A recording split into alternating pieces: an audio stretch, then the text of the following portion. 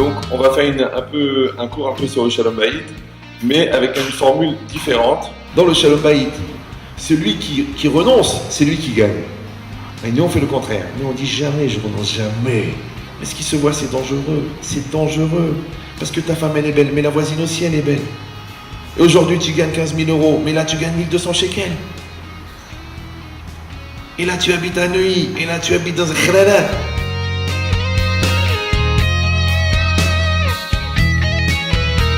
Là, in arabe, au Hachem, il y avait tellement de facilité, il y avait tellement de superficialité qu'il n'y a pas d'essentialité. Je crois que où tu donnes des valeurs, quand tu donnes des valeurs, tu enlèves la valeur. Donc même les valeurs n'ont plus de valeur. Mais c'est ça la femme, c'est très cher, c'est ta très chère femme. De toute façon, tu vas payer.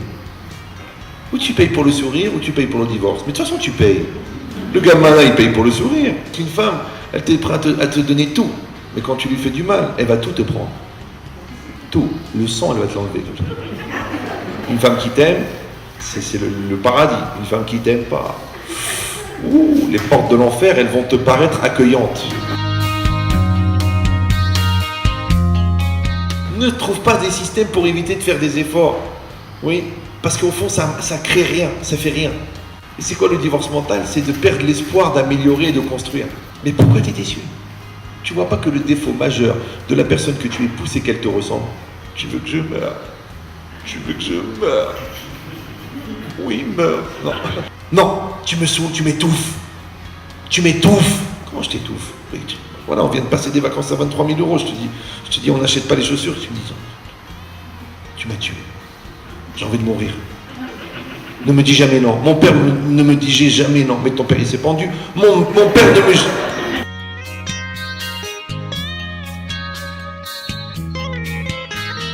Et c'est ça que je voudrais que vous reteniez de ce cours. C'est que le principal, c'est le travail. Les femmes, elles aiment bien que le matin, ça soit tout nickel. Tu mets un petit coup comme ça, tac, tac, tac, 5 minutes, tac, tac, tac, tac, tac, tu ranges, tu enlèves les trucs, hop, hop, hop. Elle se lève le matin. Mais tu sais ce que tu as gagné. Le crédit. On dirait que tu l'as enlevé une semaine aux Maldives. Ben, tu dis non, c'est pas mon kavod, c'est pas mon kavod. Eh ben, tu vas payer la semaine aux Maldives 23 000 euros. Et elle va râler quand même. Le couple, il faut le construire, c'est pierre par pierre, discussion par discussion, remise en cause par remise en cause, jusqu'à ce que tu vas atteindre la confiance. Parce que tu vois le champ qui est travaillé, le champ qui n'est pas travaillé. Mais en tout, ça fait 14 ans que ton champ, il est en shmata. Pas en shmita, en shmata. Ouais, shmet.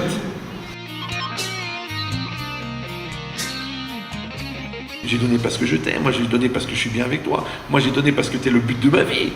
Là tu as construit.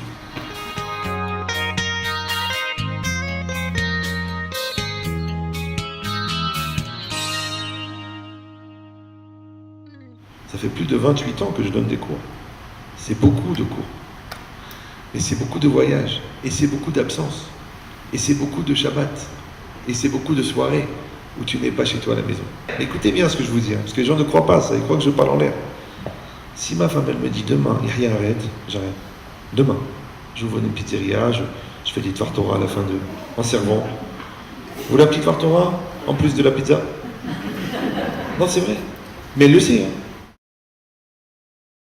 Donc on va faire un cours un peu sur le Shalom Bayit, mais avec une formule différente de ce que j'ai l'habitude de faire. Et moi-même, je vais assister au cours en même temps que vous. Parce qu'on a beaucoup l'habitude d'avoir des Indianim et d'avoir des Hashkafot et des Sodot, mais le Maaseh, des fois, c'est un peu compliqué.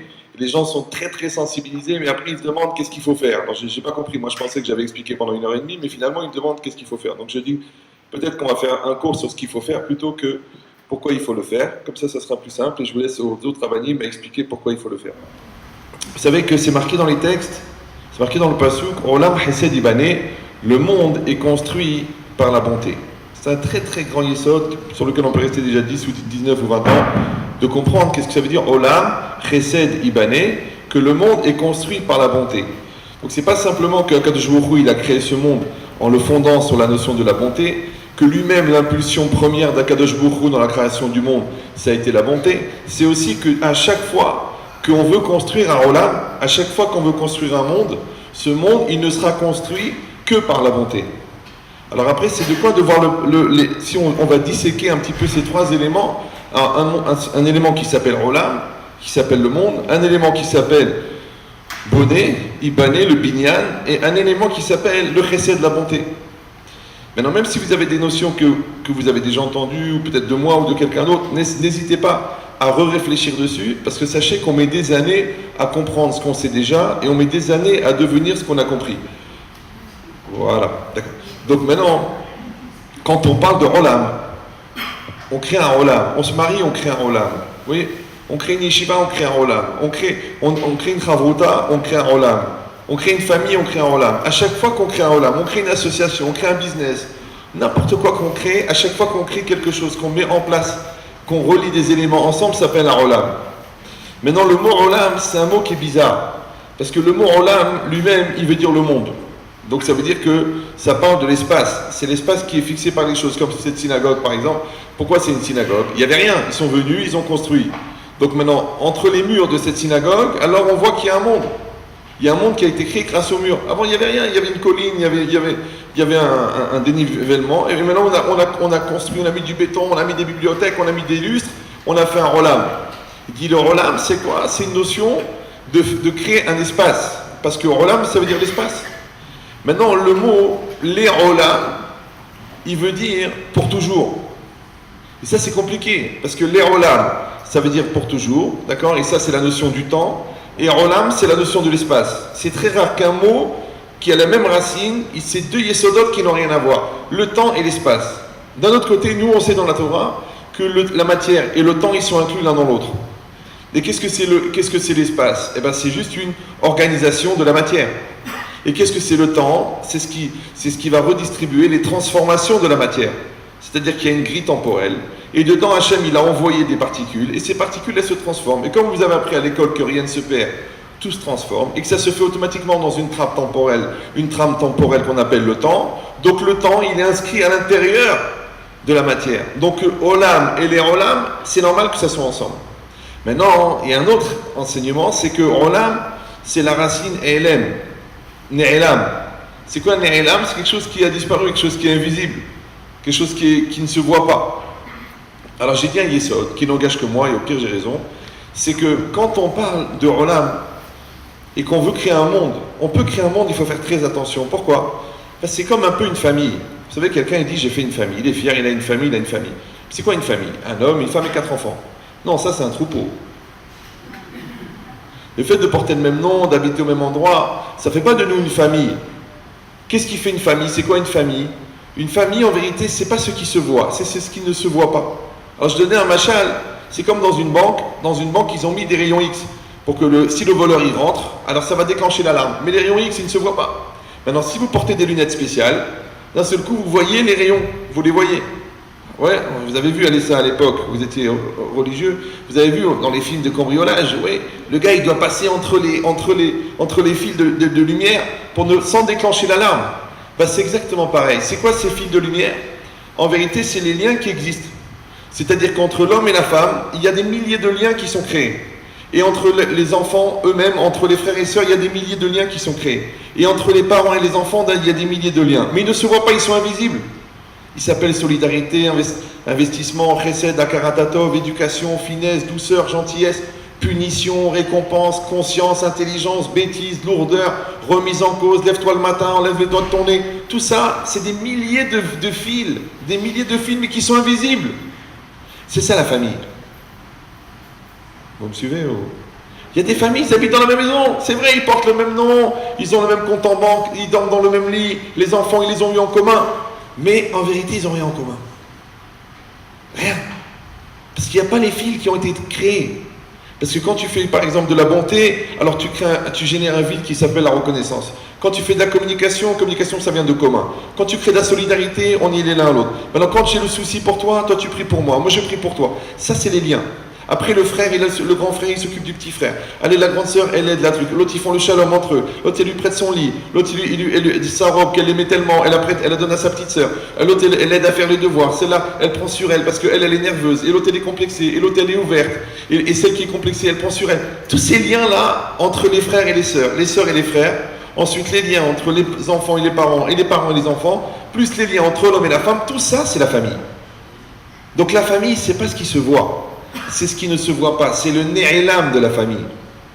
Si on n'a pas créé la famille, c'est possible, hein, je vous dis, il y a beaucoup de gens, ils sont ensemble depuis des années, mais ils ne sont pas mariés. Ils ont des enfants, mais ils n'ont pas une conscience parentale. Mais ils ont des enfants, mais ils n'ont pas une conscience parentale. L'autre, il n'a pas une conscience fraternelle. Mais c'est ton frère. Eh ben, il crève, il m'énerve. Il me saoule, j'aime pas son caractère. Mais c'est ton frère. Oui, de toute façon, il m'aime pas, je le maudis. Des frères et sœurs qui se maudissent. Alors, les gens, ils disent, mais comment c'est possible? Mais c'est facile à comprendre. Si tu n'as pas créé le lien, il n'y a pas de lien. Si tu n'as pas créé la fraternité, il y a la haine. Si tu n'as pas créé l'amour, il y a la concurrence, il y a la jalousie. Ça veut dire que si tu n'as pas créé le ne'elam, si tu n'as pas créé l'invisible, pas le visible c'est facile, tu te maries, tu fais les Sheva Brachot, tu loues l'appartement, tu vas chez Ikea, tu achètes les meubles, tu organises les trucs, tu achètes les décorations, c'est facile le visible, c'est rien. Les gens ils s'excitent, ils s'affolent, j'espère qu'on aura assez d'argent, mais c'est rien le visible, c'est rien. Les midotes qu'il faut travailler, la remise en cause, la construction, ça c'est difficile, ça c'est lourd, c'est lourd. Qu'est-ce que les gens ils feraient pour ne pas avoir le souci de l'invisible? Ils sont prêts à payer, paye-lui des vacances, donne-lui la carte bleue, rien qu'elle m'oublie, qu'elle arrête de me saouler. Alors pourquoi tu t'es marié? Les gens ils se marient pour se fuir. Les gens ils marient pour ne pas se comprendre. Ils font des enfants pour s'en débarrasser. Pourquoi tu les as fait? Pourquoi? Parce qu'ils ont oublié que le principal, c'est le ne'elam. Et le ne'elam, c'est invisible. Et l'invisible n'a pas de taille. Parce que quand vous voyez quelque chose, automatiquement, ça a une taille. Et vous savez que quelque chose qui a une taille, c'est un début. Et tout ce qui a un début a une fin. Maintenant, ce qui a un début dans la matérialité, c'est aussi un début dans la temporalité. Et ce qui a un début dans la temporalité, c'est aussi une fin dans la temporalité. Et c'est aussi une fin dans la matérialité. Tout ce qui a un début a une fin. Donc celui qui va baser son couple, ou sa famille, ou sa relation, son amitié, sur le visible il a une taille. Donc déjà il est condamné à disparaître. Ce qu'ils disent les Chachamim, une amitié qui est fondée sur les intérêts, quand l'intérêt va s'arrêter, l'amitié va s'arrêter. Parce que tu as donné une taille à la chose. Mais si tu as créé quelque chose qui n'est pas lié à la taille, qui n'a pas de taille, qui n'a pas de limite, comment ça va disparaître? Moi, toujours dans les choupotes, j'ai dit au Khatan Kala, vous pouvez investir dans le divisible, mais vous pouvez investir dans l'indivisible. Oui, tu dis on va acheter une belle maison, 150 mètres carrés, à Beit Vegan, Kolakavod, Blainara, que ton beau-père il ait la santé, d'accord? Après, on va mettre 3 millions d'euros dans un compte, comme ça vous n'aurez pas le souci, d'accord? Après, on va acheter 2 magasins, après on va faire 8 enfants avec... Mais en vérité, tout ça, c'est divisible. Parce que en cas de divorce, eh ben la maison, c'est facile, tu payes la moitié, tu t'en vas. Les enfants, 15 jours, ça se divise. L'argent, c'est le plus facile. Combien il y a dans le compte? 75 000 euros, on divise par 2, c'est fini. Ouais. Donc, qu'est-ce qu'on ne peut pas diviser dans un couple? Tu ne peux pas diviser les bons moments qu'on a passés. Tu ne peux pas me soustraire les efforts que j'ai faits. Tu ne peux pas enlever la remise en cause. Et tu ne peux pas enlever ce qu'on a construit. Donc maintenant, il faut juste diviser. Il faut comprendre que dans le couple, il y a des choses qui se divisent et des choses qui ne se divisent pas. Les gens intelligents, ils investissent dans ce qui ne se divise pas. Et les idiots, ils investissent dans ce qui se divise. Maintenant, puisque ce qui se divise, le jour où on va se sentir divisé, on va savoir quoi diviser.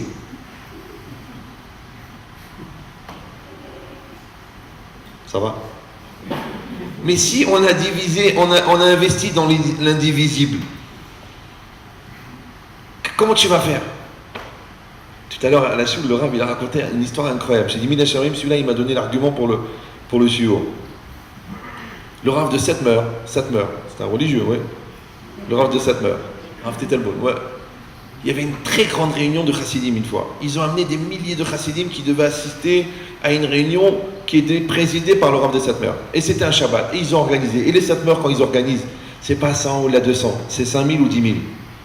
Avec tous les autres admorim qui ont été invités. Donc il y avait des milliers de personnes qui sont venues pour assister, oui, à l'invitation du Rav de Satmer. Un Shabbat. Vendredi soir, ils attendent la tefila, il ne vient pas le Rav de Satmer. Bon. Au repas de vendredi soir, il ne vient pas. À la tefila de Shabbat matin, il ne vient pas. Au repas de midi, il ne vient pas. Wow. Ils sont venus de Brooklyn, de Montsey, ils sont venus de Paris, ils sont venus de Lyon, ils sont venus de partout. Tous les chassidim, ils sont venus, il ne vient pas le Rav. Alors ils ont commencé à dire qu'est-ce qui se passe. Ils ont fait une petite enquête.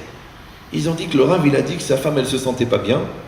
Elle a dit qu'il faut qu'il reste avec elle pour manger. Alors il est resté.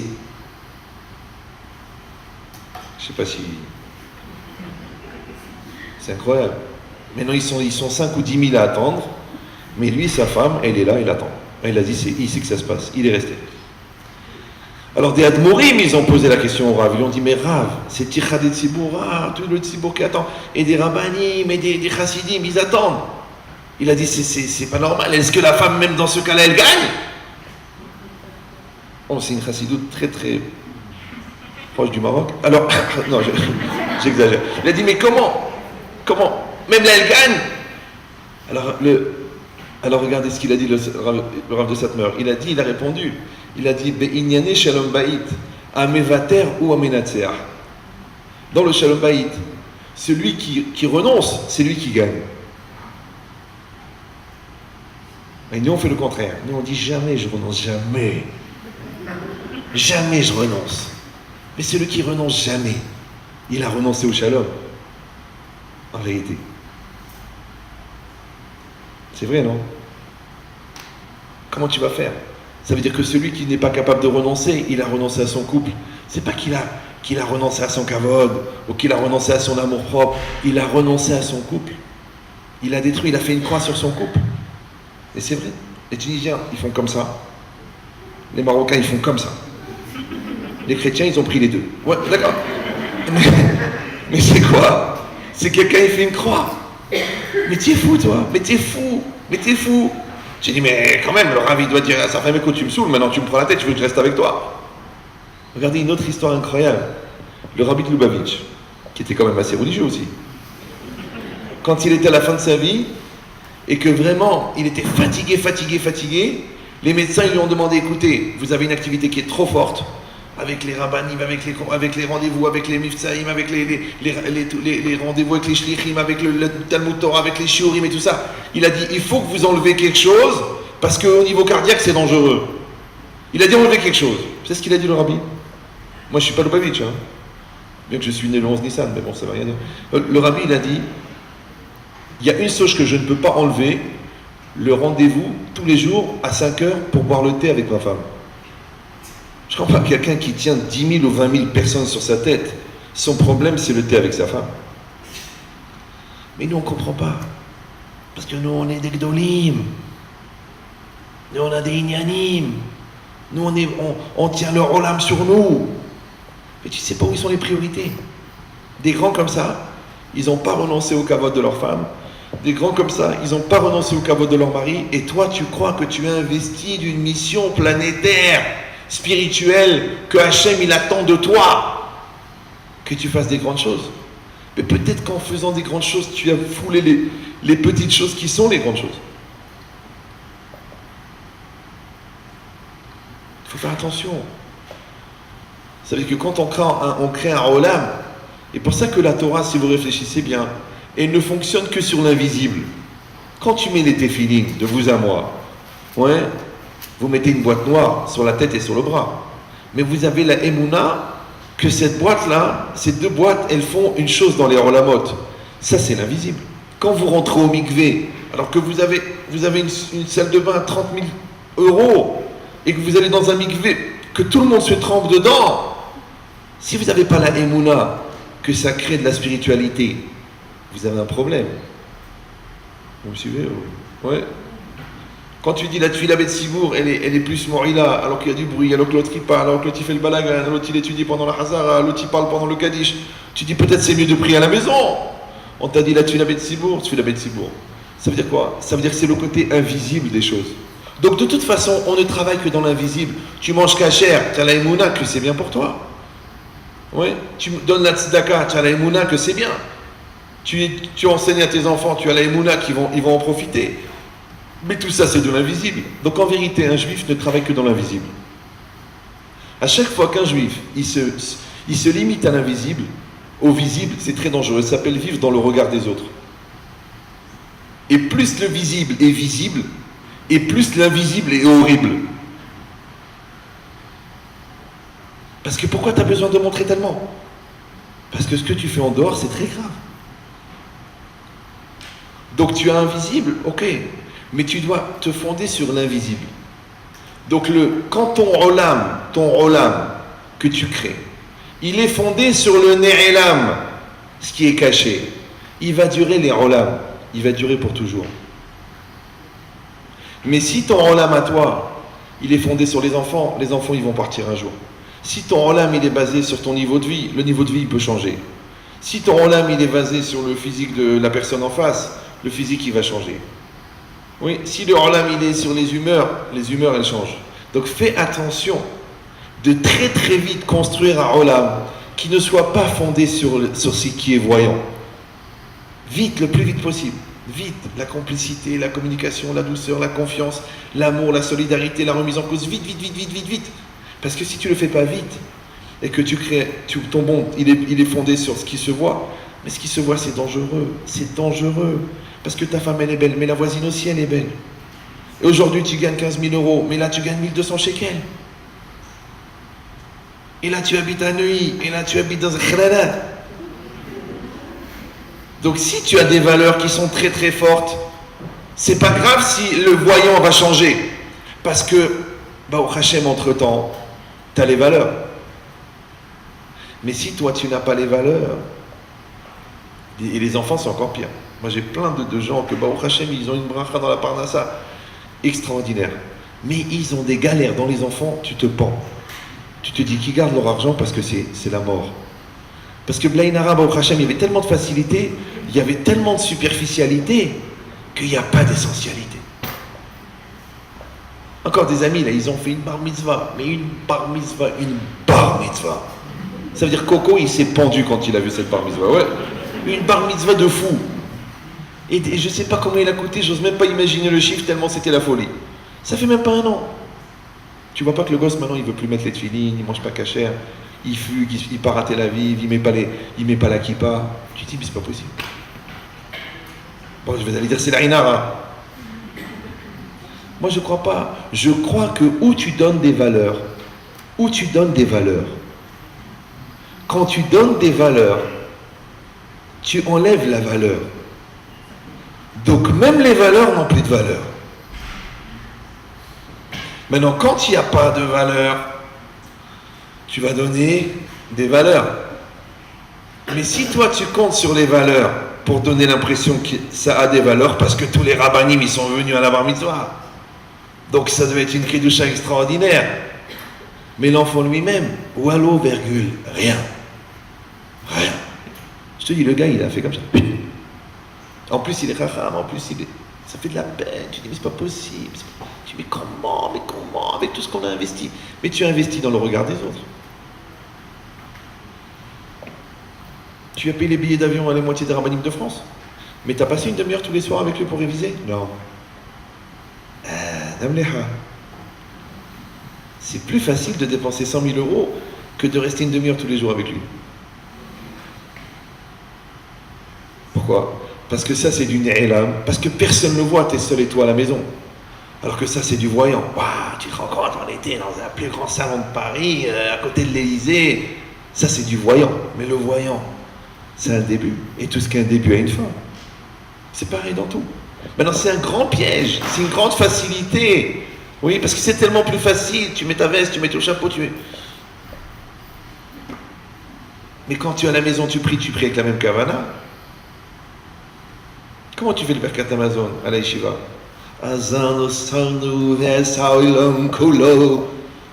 Et à la maison,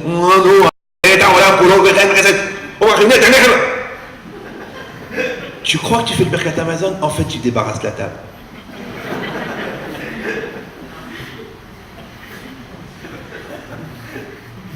C'est pareil. Est-ce qu'à la synagogue, ils te prendraient l'idée, en pleine Amida, de faire des fouilles archéologiques? Jamais. Mais à la maison, ça peut t'arriver. Comment ça se fait? Ne'elam, tu as oublié que tu étais en train de prier. Pourquoi? Parce que là, tu n'as pas un rôle à jouer. Alors que dehors, tu as un rôle à jouer. C'est ça le problème. Ça veut dire que tu es dans le Olam qui est voyant. Mais si tu as fondé ton Olam, et croyez-moi que c'est difficile parce que pour avoir du Ne'elam, pour mettre du Ne'elam dans son Olam, il faut l'avoir le Ne'elam. Ça veut dire qu'il faut avoir beaucoup étudié la Torah, il faut avoir beaucoup investi, il faut avoir beaucoup intégré. Après, il faut que ça devienne des midot au-delà des yédiot. Et après, ces midot, il faut les transmettre. C'est-à-dire qu'il faut avoir aussi la pédagogie. Parce que c'est pas simplement de répéter des vortim à l'enfant. L'enfant, il s'en fiche de tes vortim. Ce qu'il veut, c'est tes midot. Donc déjà, il faut les yédiot, il faut les connaissances. Après ces connaissances, il faut en faire des midot. Et après ces midot, il faut savoir comment les faire passer à l'enfant sans le saouler. Et dans l'enfance, c'est encore plus voyant parce que là, vraiment, tu travailles dans le Ne'elam, tu travailles dans ce qui est caché, c'est invisible. Parce que de l'extérieur, Blainara, quelle tzaddik, quelle gentillesse, mais à l'intérieur, tu sais pas. Après, tu découvres. Le Rav, il t'appelle et dit, tiens, ton fils, il a fait ça. Oh, ta fille, oh, on a trouvé du maquillage. Ma fille, c'est ta fille. Comment c'est possible? Tu vois que les valeurs, elles ne sont pas toujours passées. Donc, c'est pas facile, c'est pas simple. Pourquoi? Je vous dis pourquoi. C'est marqué ici, Olam, Ibané. Ibané, c'est quoi Ibané? Il faut le construire. Vous savez, quand on fait la bracha, on prie pour que le Khatan et la Kala, ils aient un binyan adéad. Chez Ivnu Ba'it Ne'eman Be Israël. Mais c'est quoi bonnet? C'est quoi bonnet?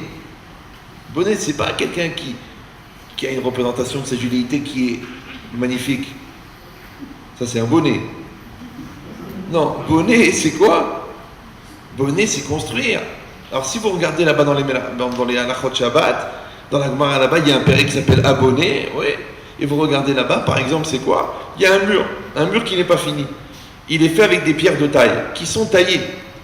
Et on n'a pas besoin de mettre du ciment tellement elles sont bien taillées. Il y a une pierre qui est déjà taillée, elle est posée par terre. Le tailleur de pierre, il a posé là, la pierre. Et le mur, il est là. Si Shabbat, je prends la pierre et je la pose sur le mur, sans ciment, sans colle, sans clou, sans rien, mais qu'elle va tenir exactement dans la position où elle est, j'ai fait bonnet. J'ai transgressé l'interdit de bonnet. Mais quel bonnet? Il était ici, maintenant je l'ai mis là. Comme si je l'ai mis sur une étagère. Non, parce que c'est sa place et elle va rester là-bas. Et ce mur-là, il va tenir 2000 ans. Mais il n'y a pas de ciment. J'ai fait bonnet. Pourquoi? Parce que c'est quoi bonnet? Bonnet, c'est mettre ensemble de manière durable deux éléments initialement séparés. J'ai une pierre ici, un mur ici, ils sont séparés. Je les mets ensemble de manière durable, c'est bonnet. Ça va? Maintenant ici, il y a un homme, ici, il y a une femme. Déjà, ils sont de deux sexes différents, c'est très important. Ouais. Après, ils viennent de deux familles différentes. Après, ils viennent de deux races différentes. Oui.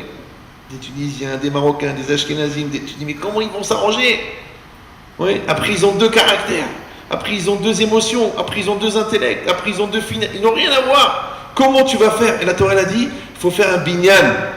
Ces deux éléments séparés que tu vas mettre ensemble de manière durable, c'est un binyan. C'est un binyan. Maintenant, ça veut dire quoi? Ça veut dire que maintenant il faut construire quelque chose. Alors, vous savez, quand on souhaite à quelqu'un binyan adéad, on lui souhaite un binyan adéad. Mais binyan en hébreu, ça veut dire un bâtiment, un binyan. Mais binyan, ça veut dire aussi une construction, l'action de construire. Donc, c'est quoi une construction éternelle? C'est une construction qui va durer l'éternité ou c'est un bâtiment qui va durer l'éternité?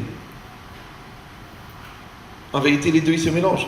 Parce que pour construire quelque chose qui dure éternellement, oui, il faut les ingrédients qui rendent la chose éternelle. C'est facile à comprendre ou...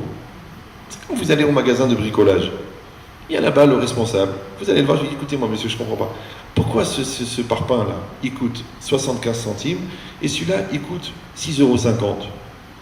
Il dit, mais monsieur, ça n'a rien à voir, c'est la qualité. Attendez, c'est un parpaing, c'est marqué parpaing. Ça, c'est premier prix, 0,75. Et celui-là, 6,50 €, c'est pas possible. 10 fois le prix, c'est impossible. Il a dit, oui, monsieur, celui-là, il est très, très, très solide. Il est garanti, il dure 20 ans, il dure 30 ans. Et celui-là, il est bien jusqu'à ce que vous vendez la maison. Il est biodégradable, il s'envole avec le vent. C'est de la mauvaise qualité. Mais alors pourquoi vous le vendez? Parce qu'il y a des clients pour tout. Il y a des gens qui veulent ça, il y a des gens qui veulent ça. Il y a des gens qui construisent pour longtemps, il y a des gens qui construisent pour se débarrasser. Comme les enfants. Les enfants, ils apprennent la leçon. Les 3 quarts, le lendemain de l'interro, ils ont tout oublié. Tu dis, mais mon fils, tu apprends pour retenir ou tu apprends pour l'interro? Mais c'est exactement pareil. Il y en a dans le Shalom Bayit, ils font juste pour que ça marche aujourd'hui. Je lui souris, je lui mange, je l'embrouille. Je lui fais son petit gâteau avec les... Mais un jour ou l'autre, elle va découvrir que tu mens. Lui aussi va découvrir à quoi ça sert. Eh ben, on verra, à ce moment-là, j'improviserai. Donc tu vois, toi, tu as pris les parpaings à 75 centimes. Prends les parpaings à 6,50 €, mais c'est cher. Prends le travail sur soi, prends la remise en cause, prends le émettre, prends la vatranout, prends. Mais c'est cher. Tu ne veux pas payer. Tu dis, non, ça va, laisse tomber. J'ai pas la tête, ça me saoule. Mais ça marche pas. Ça marche pas. Tu vois que ça marche pas. Tu vois que ça tient pas. Pourquoi? Parce que ton relâme, oui, quand tu es bonnet auto, il faut le faire avec le chesed. Et c'est quoi le chesed? Les gens ils croient que le chesed c'est la bonté, la gentillesse, la douceur. Non, ça c'est une version sur laquelle nous avons fait une croix, qui a été retenue il y a 2000 ans par un gars de chez nous qui a mal tourné. Oui. Non, c'est quoi le chesed? Vous savez que chesed, dans chesed, il y a de la bonté. Mais dans chesed, il y a aussi un effort à fournir. Par exemple, comme c'est marqué, Ve'ikroulit terouma, ils prendront pour moi la terouma. Hachem il a demandé que les Israël ils prennent la terouma. Ve'ikroulit terouma. Alors le Even Israël il pose la question, il dit mais il ne fallait pas marquer Ve'ikrouli, il fallait marquer Ve'itnouli, qu'il donne de la terouma. D'ailleurs après c'est marqué Mikol Hacheri devenu libo, de tout homme qui donnera de bon cœur. Alors pourquoi tu dis Ve'ikrou? La kachat, prendre, c'est violent. Je prends. Ouais. La Torah elle veut que tu donnes. Alors pourquoi la Torah elle dit tu prends? Alors il dit le Even Israël, il dit Bechol lekicha, Bechol netina yesh lekicha. Dans chaque action de donner, il y a une action de prendre. Pourquoi? Parce qu'avant de donner à l'autre, il a fallu que tu prennes de toi. Moi j'ai 500 €. Je peux m'acheter un nouveau portable ou acheter un cadeau à ma femme. Elle, je vais lui acheter une fleur. Cadeau symbolique. 1 €. Mais dans un cellophane, avec tout mon amour. Et moi, je vais m'acheter un téléphone à 500 €. Non, toi, achète-toi une fleur en plastique. Symbolique.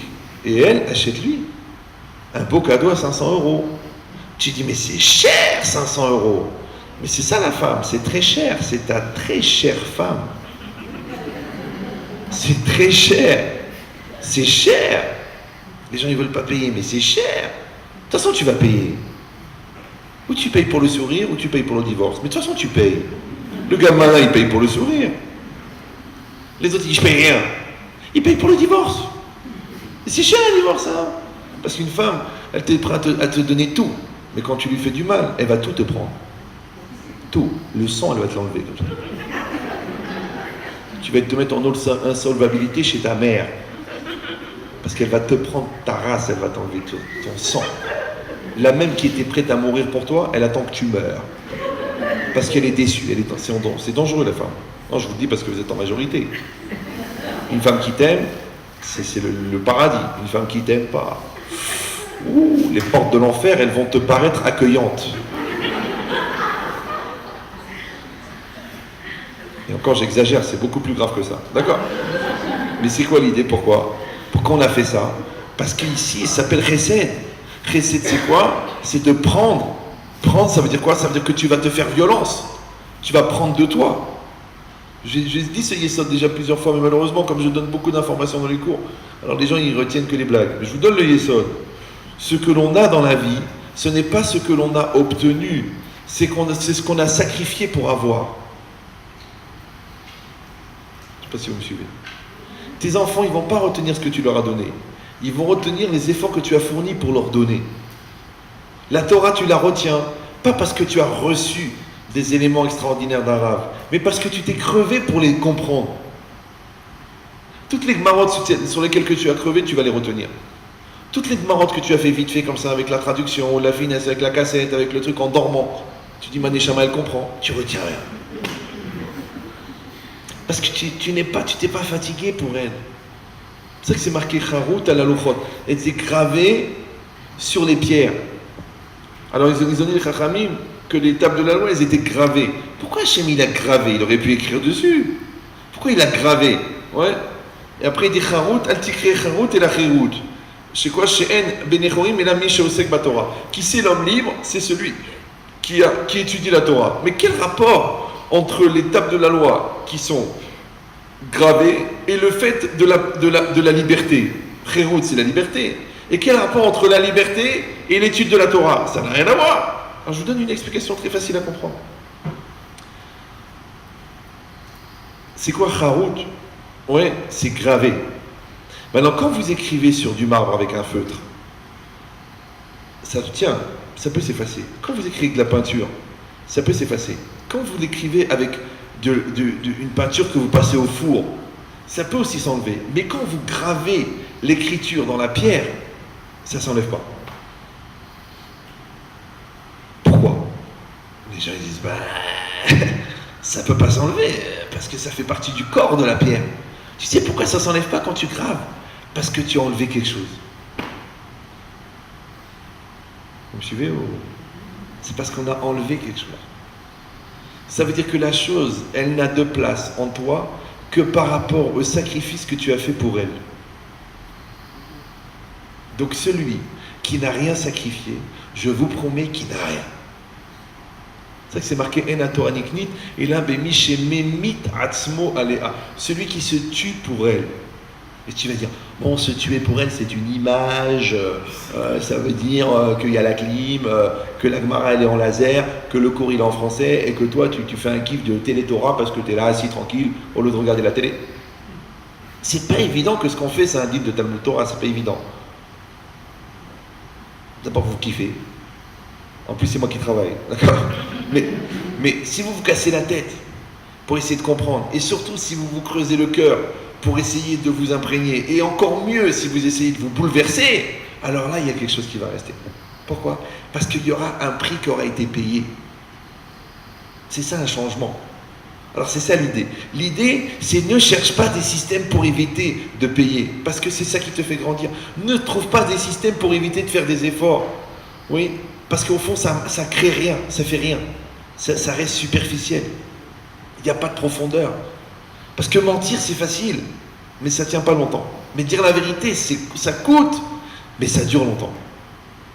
C'est pareil, tu as fait des sacrifices, tu as fait des efforts. Tu as fait des efforts dans la tefila, tu sais que ta prière, elle va passer. Moi, tu as dit la prière, tu dis, mais je ne comprends pas, je prie depuis des années. Mais tu as prié? Non, je prie, bien sûr, j'ai dit la prière. Tu as dit la prière, mais tu n'as pas prié. Tu as mal au ventre, tu n'as pas mal au ventre, c'est pas de la prière. Tu as étudié, tu as mal à la tête, j'ai pas mal à la tête. Pourquoi je vais mal à la tête? J'étudie, bon, Hachem, mais matin, non, ça c'est des pioutines. Tu t'es cassé la tête, tu as sué, les foums, Sahara, Agra, ouais, selon la fatigue. Agra des Shmartas, Vara. La récompense pour l'étude, c'est le cassement de tête. Maintenant, toi, tu crois que le cassement de tête, c'est la récompense de l'étude. Et tu crois que l'éducation des enfants, la récompense, c'est sans le cassement de tête.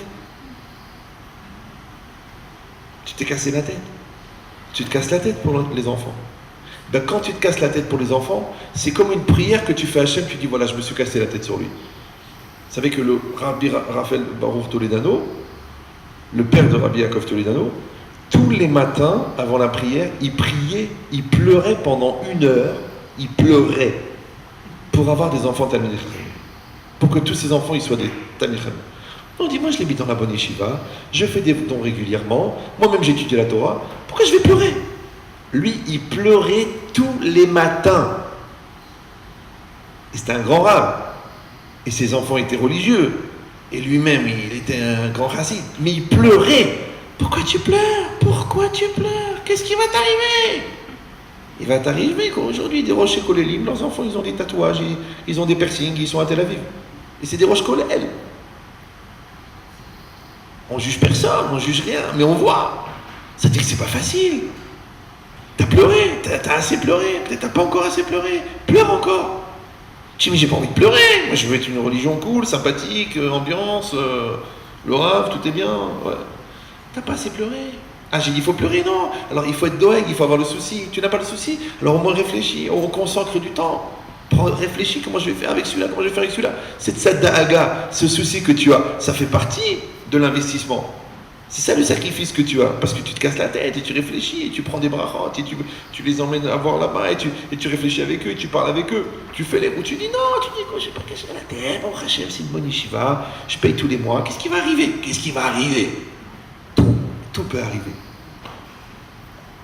Alors ne regarde pas ce que tu as fait, regarde ce que ça t'a coûté. Et le chesed, on a dit quoi? Tu ne mesures pas en fonction de ce que tu reçois, et pas en fonction de ce que tu donnes, mais en fonction de ce que tu prends. Parce que pour donner à l'autre, il faut prendre de soi. Ça s'appelle le don de soi. Maintenant, de la même manière, qu'est-ce qu'on va donner à Dieu? Tu crois, bah, Hachem, tu as donné ça, tu as donné ça, tu as donné ça. Mais Dieu, c'est à lui, ça, tout ça, c'est à lui. Tu lui as rien donné. C'est comme si je vais chez un gars qui a un verger de pommes, et je prends une pomme et je lui viens, je lui dis, tiens, une pomme.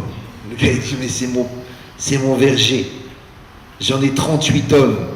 Tu m'as donné une pomme. Ça va? Mais si j'ai pris la pomme, et je l'ai nettoyée, et je l'ai écrasée, et j'ai fait une compote, et je l'ai présentée dans un beau pot, et je l'ai donnée, il va dire, ah, ça, Baba, c'est pas ma pomme à moi, ça. Tu m'as donné autre chose. Exactement pareil. Pourquoi? Parce qu'il y a quelque chose en plus dedans qui n'était pas. C'est ce que j'ai apporté moi. Et ce que j'ai apporté, c'est quoi? C'est les efforts que j'ai fournis pour la chose. Donc quand on parle de chesed ici, Olam chesed ibané, c'est pas seulement la gentillesse, c'est l'effort que ça fournit. Pourquoi? Parce que quand on a une personne en face de soi, il faut savoir qu'on vit dans un monde d'égoïsme, on vit dans un monde de légèreté, on vit dans un monde d'extériorité, et surtout on vit dans un monde de commerçants. C'est-à-dire comment je peux t'utiliser, comment je peux profiter, comment je peux te gratter, comment je peux te manipuler. Maintenant, si toi tu dois mesurer non pas ce que tu donnes, mais ce que tu prends, ça veut dire qu'en creusant en toi, en vérité, tu as fait la place pour que l'autre puisse exister. Parce que c'est quoi le vrai écran? Qu'est-ce qui fait qu'on n'arrive pas à être ensemble? Parce que quand je te vois, je me vois. Les gens s'aiment, mais ils ne s'aiment pas l'un l'autre, ils s'aiment eux-mêmes. Ils s'aiment eux-mêmes en présence de l'autre. Maintenant, combien je dois réussir à faire croire à l'autre que je l'aime pour qu'elle continue à m'aimer plus que moi je l'aime? Vous me suivez ou non? On est consommateur de l'argent de l'autre. On est consommateur du temps de l'autre. On est consommateur de la savlanout de l'autre. On est consommateur du physique de l'autre. On est consommateur des nerfs de l'autre. On est des consommateurs. Maintenant, un consommateur, il doit payer. Alors, qu'est-ce que je dois lui donner? Je lui donne 3 sourires, elle me donne ça. Je lui donne un peu d'argent, elle me donne ça. Je lui donne un peu de nerfs, elle me donne ça. Je lui donne un mensonge, elle me croit quand je mens, moi je la crois quand elle ment. En fait, les gens, ils font du commerce. Mais attention, le commerce. Parce que si tu trouves une crèmerie où le fromage est moins cher, pourquoi? Si tu peux l'avoir gratuit là-bas, pourquoi tu vas payer ici? Et si la crémière elle est plus jeune, pourquoi tu vas acheter le fromage dans la même crèmerie? Tu veux changer de crèmerie? Mais si c'est pas une crèmerie, c'est pas une crémière et c'est pas du fromage, c'est que toi, ta neshama, elle est là-bas. Parce que tu prends le meilleur de toi-même pour le donner à l'autre. Et tu as pris sur toi, et c'est une œuvre d'art. Est-ce que tu peux négocier ta mère? Tu as déjà vu quelqu'un qui dit, finalement j'ai pris une autre mère, parce qu'on peut prendre une autre mère, un autre père, un père de substitution, comme ils ont fait les crevettes. Oui. Alors si tu ne peux pas changer de mère, comment tu peux changer de femme? Et comment tu peux changer de mari? Et même si c'est pas chas v'shalom lo alenu, ici à Baïd Vegan, on peut parler des choses comme ça. Je t'ai pas dit physiquement, même mentalement. Et même si tu n'as même pas pensé, mais que tu as déjà commencé à mépriser, et mépriser, c'est une forme de détachement aussi. On parle même pas qu'il s'est passé Chazvé Shalom quelque chose. Mais déjà, tu dis, de toute façon, il est pauvre, de toute façon, il est nul, de toute façon, c'est un pauvre type. De toute façon, il comprend rien. Moi, on m'a dit au séminaire que c'est un gadolador, et finalement, j'ai vu que c'était même pas un gador. Ouais. Et moi, on m'a dit qu'il avait de l'argent, finalement, il n'a pas d'argent. Et moi, on m'a dit qu'elle était très belle, et finalement, elle n'est pas très belle. Et moi, on m'a dit que ses parents, ils étaient riches, finalement, ils n'ont pas d'argent. Combien des gens qui divorcent mentalement dans leur tête? Et c'est quoi le divorce mental? C'est de perdre l'espoir d'améliorer et de construire. Tu ne veux plus investir. Après, évidemment, ils ne peuvent pas dire ça, parce qu'eux-mêmes, des fois, ils n'en sont pas conscients. Alors, ils vont dire, elle a grandi, elle a grossi, elle est trucs, sans ses parents, sa sœur, sa mère, son caractère, les Tunisiens, les Marocains. En vérité, qu'est-ce qu'ils font? Ils légitimisent sur leur déception. Mais pourquoi tu es déçu? Tu ne vois pas que le défaut majeur de la personne que tu épouses, c'est qu'elle te ressemble. C'est son défaut majeur. Maintenant, si tu es d'accord de te regarder dans le miroir, il n'y a aucun problème, c'est facile. Mais si tu ne te regardes pas dans le miroir, c'est une horreur. Tu dis, mais c'est difficile de prendre sur soi, de regarder dans le miroir. Mais ça fait aussi partie du recette. C'est pas facile. Oui, c'est dur. Parce qu'Hachem, il t'envoie exactement la chose dont tu as besoin. Si tu crois en Dieu, Hachem, il crée les couples. Donc celui qui ment tout le temps, ou on lui envoie une personne qui ment plus que lui, ou on lui envoie une personne qui ment jamais. Ça va être le cauchemar. Oui. Celui qui est macpide sur des bêtises. Oui, on va lui envoyer quelqu'un qui voit justement ses incohérences. Il dit, tu me saoules pour ça, mais toi aussi tu es incohérent sur ça. Il dit, mais comment? Ouais. Ça veut dire que la force, c'est que Akadosh Baruch Hu, il va te mettre en situation exacte de faire le travail que tu as besoin de faire. Si tu crois en Dieu, si tu ne crois pas en Dieu, il n'y a pas de problème. C'est facile, toute ta vie tu vas te mentir et ça sera bien. Mais si tu crois en Dieu, tu vas voir comment la précision, comment Hachem il a envoyé exactement la personne qu'il te faut, mais c'est insupportable. Ah, maintenant si quelqu'un il va dire, mais alors on est obligé de souffrir. Mais non, regardez, c'est comme si vous avez par exemple une vis dans le mur, elle est bien enfoncée, et vous devez la dévisser. D'accord? Mais vous n'avez pas le tournevis. Mais vous avez une banane verte. Vous dites, tu sais ce que je vais faire? J'en ai tellement marre, parce que vous avez essayé avec les ongles, vous êtes cassé les ongles. Vous avez essayé avec le doigt, ça n'accroche pas. Après, vous avez pris la banane, vous avez fait une croix sur la banane, puisque c'est une vis cruciforme, et vous avez dit avec la kavana et avec la conviction, je vais dévisser. Ça ne marchera pas. Parce qu'il faut un tournevis cruciforme. Tous les bricoleurs, ils savent ça. Quand vous avez les bons outils, mais c'est facile. Tac, tac, tac. Tu as une vis cruciforme, tu as un tournevis cruciforme. Mais quel rorma. Comment ça s'accroche et tac, ça se dévisse. Tu sais pourquoi? Parce que le tournevis va avec la vis. Alors, est-ce que toi, tu es le bon outil de ta femme? Et est-ce que toi, tu es le bon outil de ton mari? Ou non, tu vas continuer à essayer comme ça, avec ta banane, d'essayer de dévisser la vis. Et je vais la saouler, et je vais lui répéter, et je vais l'éduquer, et je vais le faire changer, et je vais le faire grandir. Mais essaye de toi d'être un bon outil. Toi, essaye d'être un bon outil. Comprenez ou non? Combien de cas de Shalom Bayit, le gars il veut éduquer l'autre. Mais t'es éduqué toi d'abord. Moi aussi, je dis la vérité, quand je me suis marié, j'avais 157 882 choses à reprocher à ma femme. C'est dangereux de se marier avec un ordinateur. Après, j'ai dit, bon, sur les 157 882, il y en a 80 000 qui c'est des faux problèmes. C'est juste la gava de lourdeur. Après, sur les 80 000, il y en a au moins 70 000 qui ne sont pas d'actualité. Après, sur les 10 000, il y en a au moins la moitié qui sont gérés par mes problèmes d'amour-propre, ouais, que j'ai envie de régler les comptes au lieu de faire avancer la machine. En fin de compte, il en restait 3. Moi, j'ai dit les 3, je vais les étaler sur les 10 ans à venir. Ça a marché. Alors qu'il y a des gens qui vont dire, moi, je lâche rien. Je vais la construire, je vais l'éduquer, je vais la sculpter, je vais le fabriquer, je vais le maîtriser, je vais l'usiner. Et c'est vrai, elle a épousé un mari à 1m85, maintenant il fait 1m22. Tu vois, le gars, elle l'a éduqué. L'autre, sa femme, comme ça, tu penses, tu réfléchis, tu me suis couché au pied. Là, tu es mon ombre, vas-y. Soit par la terreur, soit par le chantage. Soit je te terrorise, soit je te victimise. Tu veux que je meure? Tu veux que meurs. Non. Non, t'as pas besoin. T'as pas besoin. Oui. Comme toi, le contraire aussi. Il y a des femmes comme ça où elles crient ou le mépris total. Tu peux pas faire l'intermédiaire, justement. Genre un truc comme ça. On parle. Tu vois, par exemple, tu parles, et après moi je réponds, et après toi tu me parles, et moi je réponds. On peut essayer de faire ça? Non. Non. Pourquoi? Parce que communiquer, ça vient de commun. Et commun, c'est comme un. Maintenant, si on n'a rien mis en commun, on ne peut pas être en communion.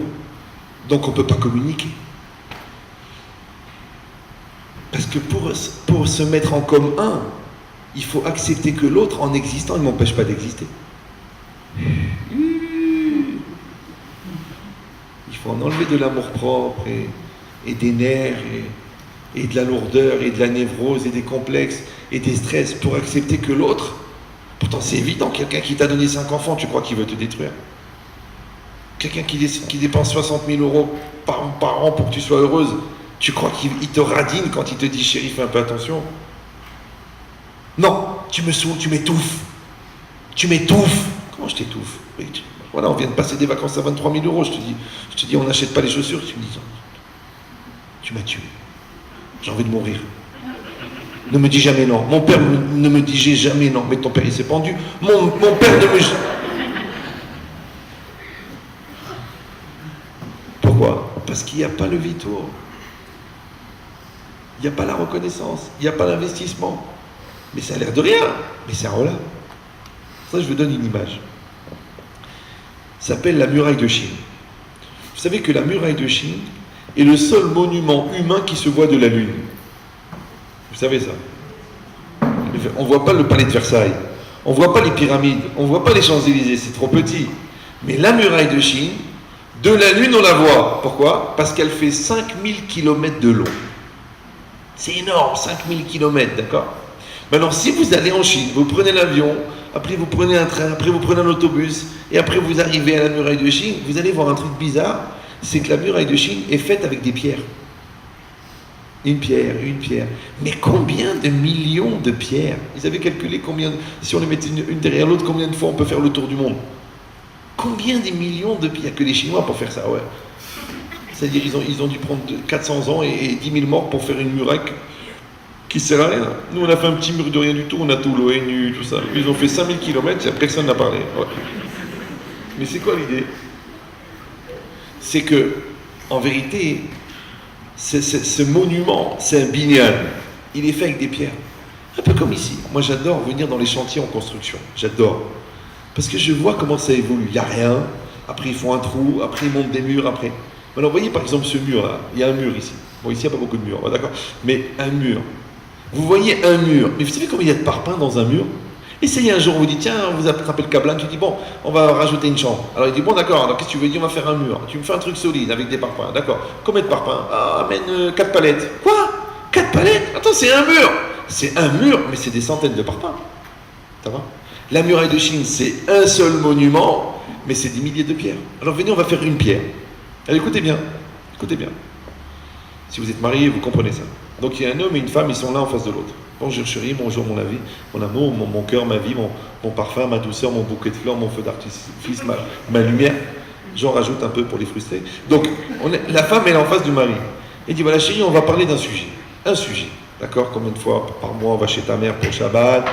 Est-ce que je dois vraiment te dire les prix quand j'achète des habits pour moi? Est-ce que tu veux que moi je m'occupe des dépenses ou toi? Est-ce que un sujet, n'importe lequel, comment on va s'arranger? Est-ce que c'est normal que tu rentres tous les soirs à 10h du soir? Un sujet, choisissez un sujet, n'importe lequel, l'homme en face de la femme, d'accord? Et vous allez dire entièrement votre point de vue. Donc la femme, elle va dire entièrement son point de vue, vous n'allez pas lui couper la parole.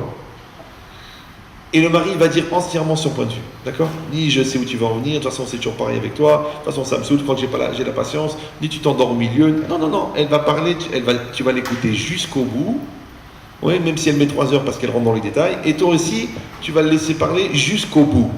Ça va? C'est la première étape. Deuxième étape, c'est quoi? C'est que vous allez, après que vous vous êtes écouté l'un l'autre, vous allez trouver le tronc commun. Si tu vas dire, parce qu'il y a des gens, on est d'accord sur rien. Monsieur le rabbin, on est d'accord sur rien. C'est pas possible. Même un clochard cambodgien, ivrogne, si tu t'assois à côté de lui sur un banc, au bout d'une demi-heure, vous allez trouver des points communs. Vous êtes contre le fascisme, tu penses que le travail est une valeur. Tu as trouvé un point commun avec un Cambodgien ivrogne clochard, mais avec la mère de tes 5 enfants, tu n'as rien trouvé de commun. On est d'accord sur rien. On n'est pas d'accord. Elle pense comme ça, moi je pense comme ça. On n'est pas d'accord sur l'éducation, on n'est pas d'accord sur l'argent, on n'est pas d'accord sur le tout, on n'est pas d'accord sur la présence, sur la manière. On est d'accord sur rien. C'est presque irrationnel. Et plus c'est irrationnel, plus ça prouve que c'est du etc. Parce que c'est pas normal qu'on est d'accord sur rien. C'est bizarre, hein. Et le plus marrant, c'est que les gens qui sont d'accord sur rien, quand ils sont en dehors de la maison, avec les autres, ils sont d'accord sur tout. C'est extraordinaire. Tu le regardes, tu dis, c'est pas possible. Dis-moi, tu dis oui à tout. Oui, bien sûr, pourquoi qu'il y ait des problèmes? Eh bien, il a dit un truc intelligent. J'accepte. Mais moi, tu m'écoutes jamais. Ah, mais toi, t'es une rahmala. Toi, t'es un brel. Lui, c'est un gars intelligent. Mais je t'excuse, mais il a dit la même chose que ce que j'ai dit. C'est vrai. C'est vrai. Mais je ne vais pas le reconnaître.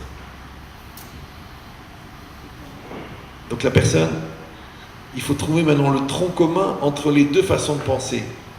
Après qu'on a trouvé le tronc commun, il faut synthétiser. Il faut dire c'était ça l'idée. Ouais, ensemble on a réfléchi, on a dit bon, en fin de compte c'est ça l'idée. D'accord? Toi tu me dis comment ça se fait que je rentre tous les soirs à 9h30 du soir, mais toi d'un autre côté tu veux partir 4 fois en vacances par an. Alors écoute, il faut décider. Ouais. Bon, ok. Donc, qu'est-ce qu'on a fait? On a synthétisé l'idée. C'est que l'enfant a besoin de voir leur papa au moins 3 soirs par semaine. D'accord, ok, on a trouvé l'idée. On a synthétisé. Ensuite, cette idée, il faut fixer des règles. D'accord, alors 3 fois par semaine, on va rentrer à 7h. Et 3 fois par semaine, je vais continuer à rentrer à 9h. D'accord, on a fixé des règles. Ou alors le matin, je vais prendre le petit déjeuner avec eux. Comme ça, je les vois. Ou c'est moi qui les accompagne. Comme ça, je leur parle dans la voiture. On va fixer des règles. D'accord, on va prendre un Shabbat sur 3, on va aller chez ta mère, on va fixer des règles. Bon, elle est malade, quand on va la recevoir, un Shabbat sur 4, on va trouver des règles, on va fixer les règles.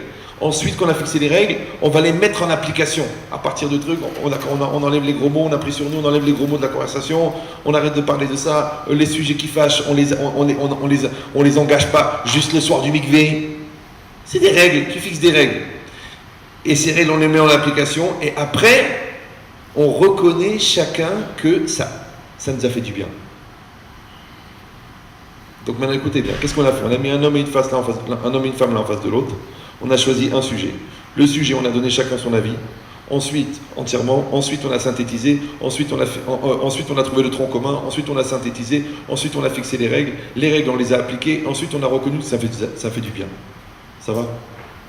Toute cette démarche-là, le plus important, c'est pas le sujet en lui-même, c'est pas intéressant le sujet. On peut parler de n'importe quoi, c'est pas grave. On peut faire sur un Dvar Torah, ou sur une émission de télé, ou sur un sujet politique, ou sur l'éducation des enfants. C'est pas le sujet qui est important. Ce qui est important, c'est la coordination qui a été créée par le fait que nous avons fait ce travail ensemble.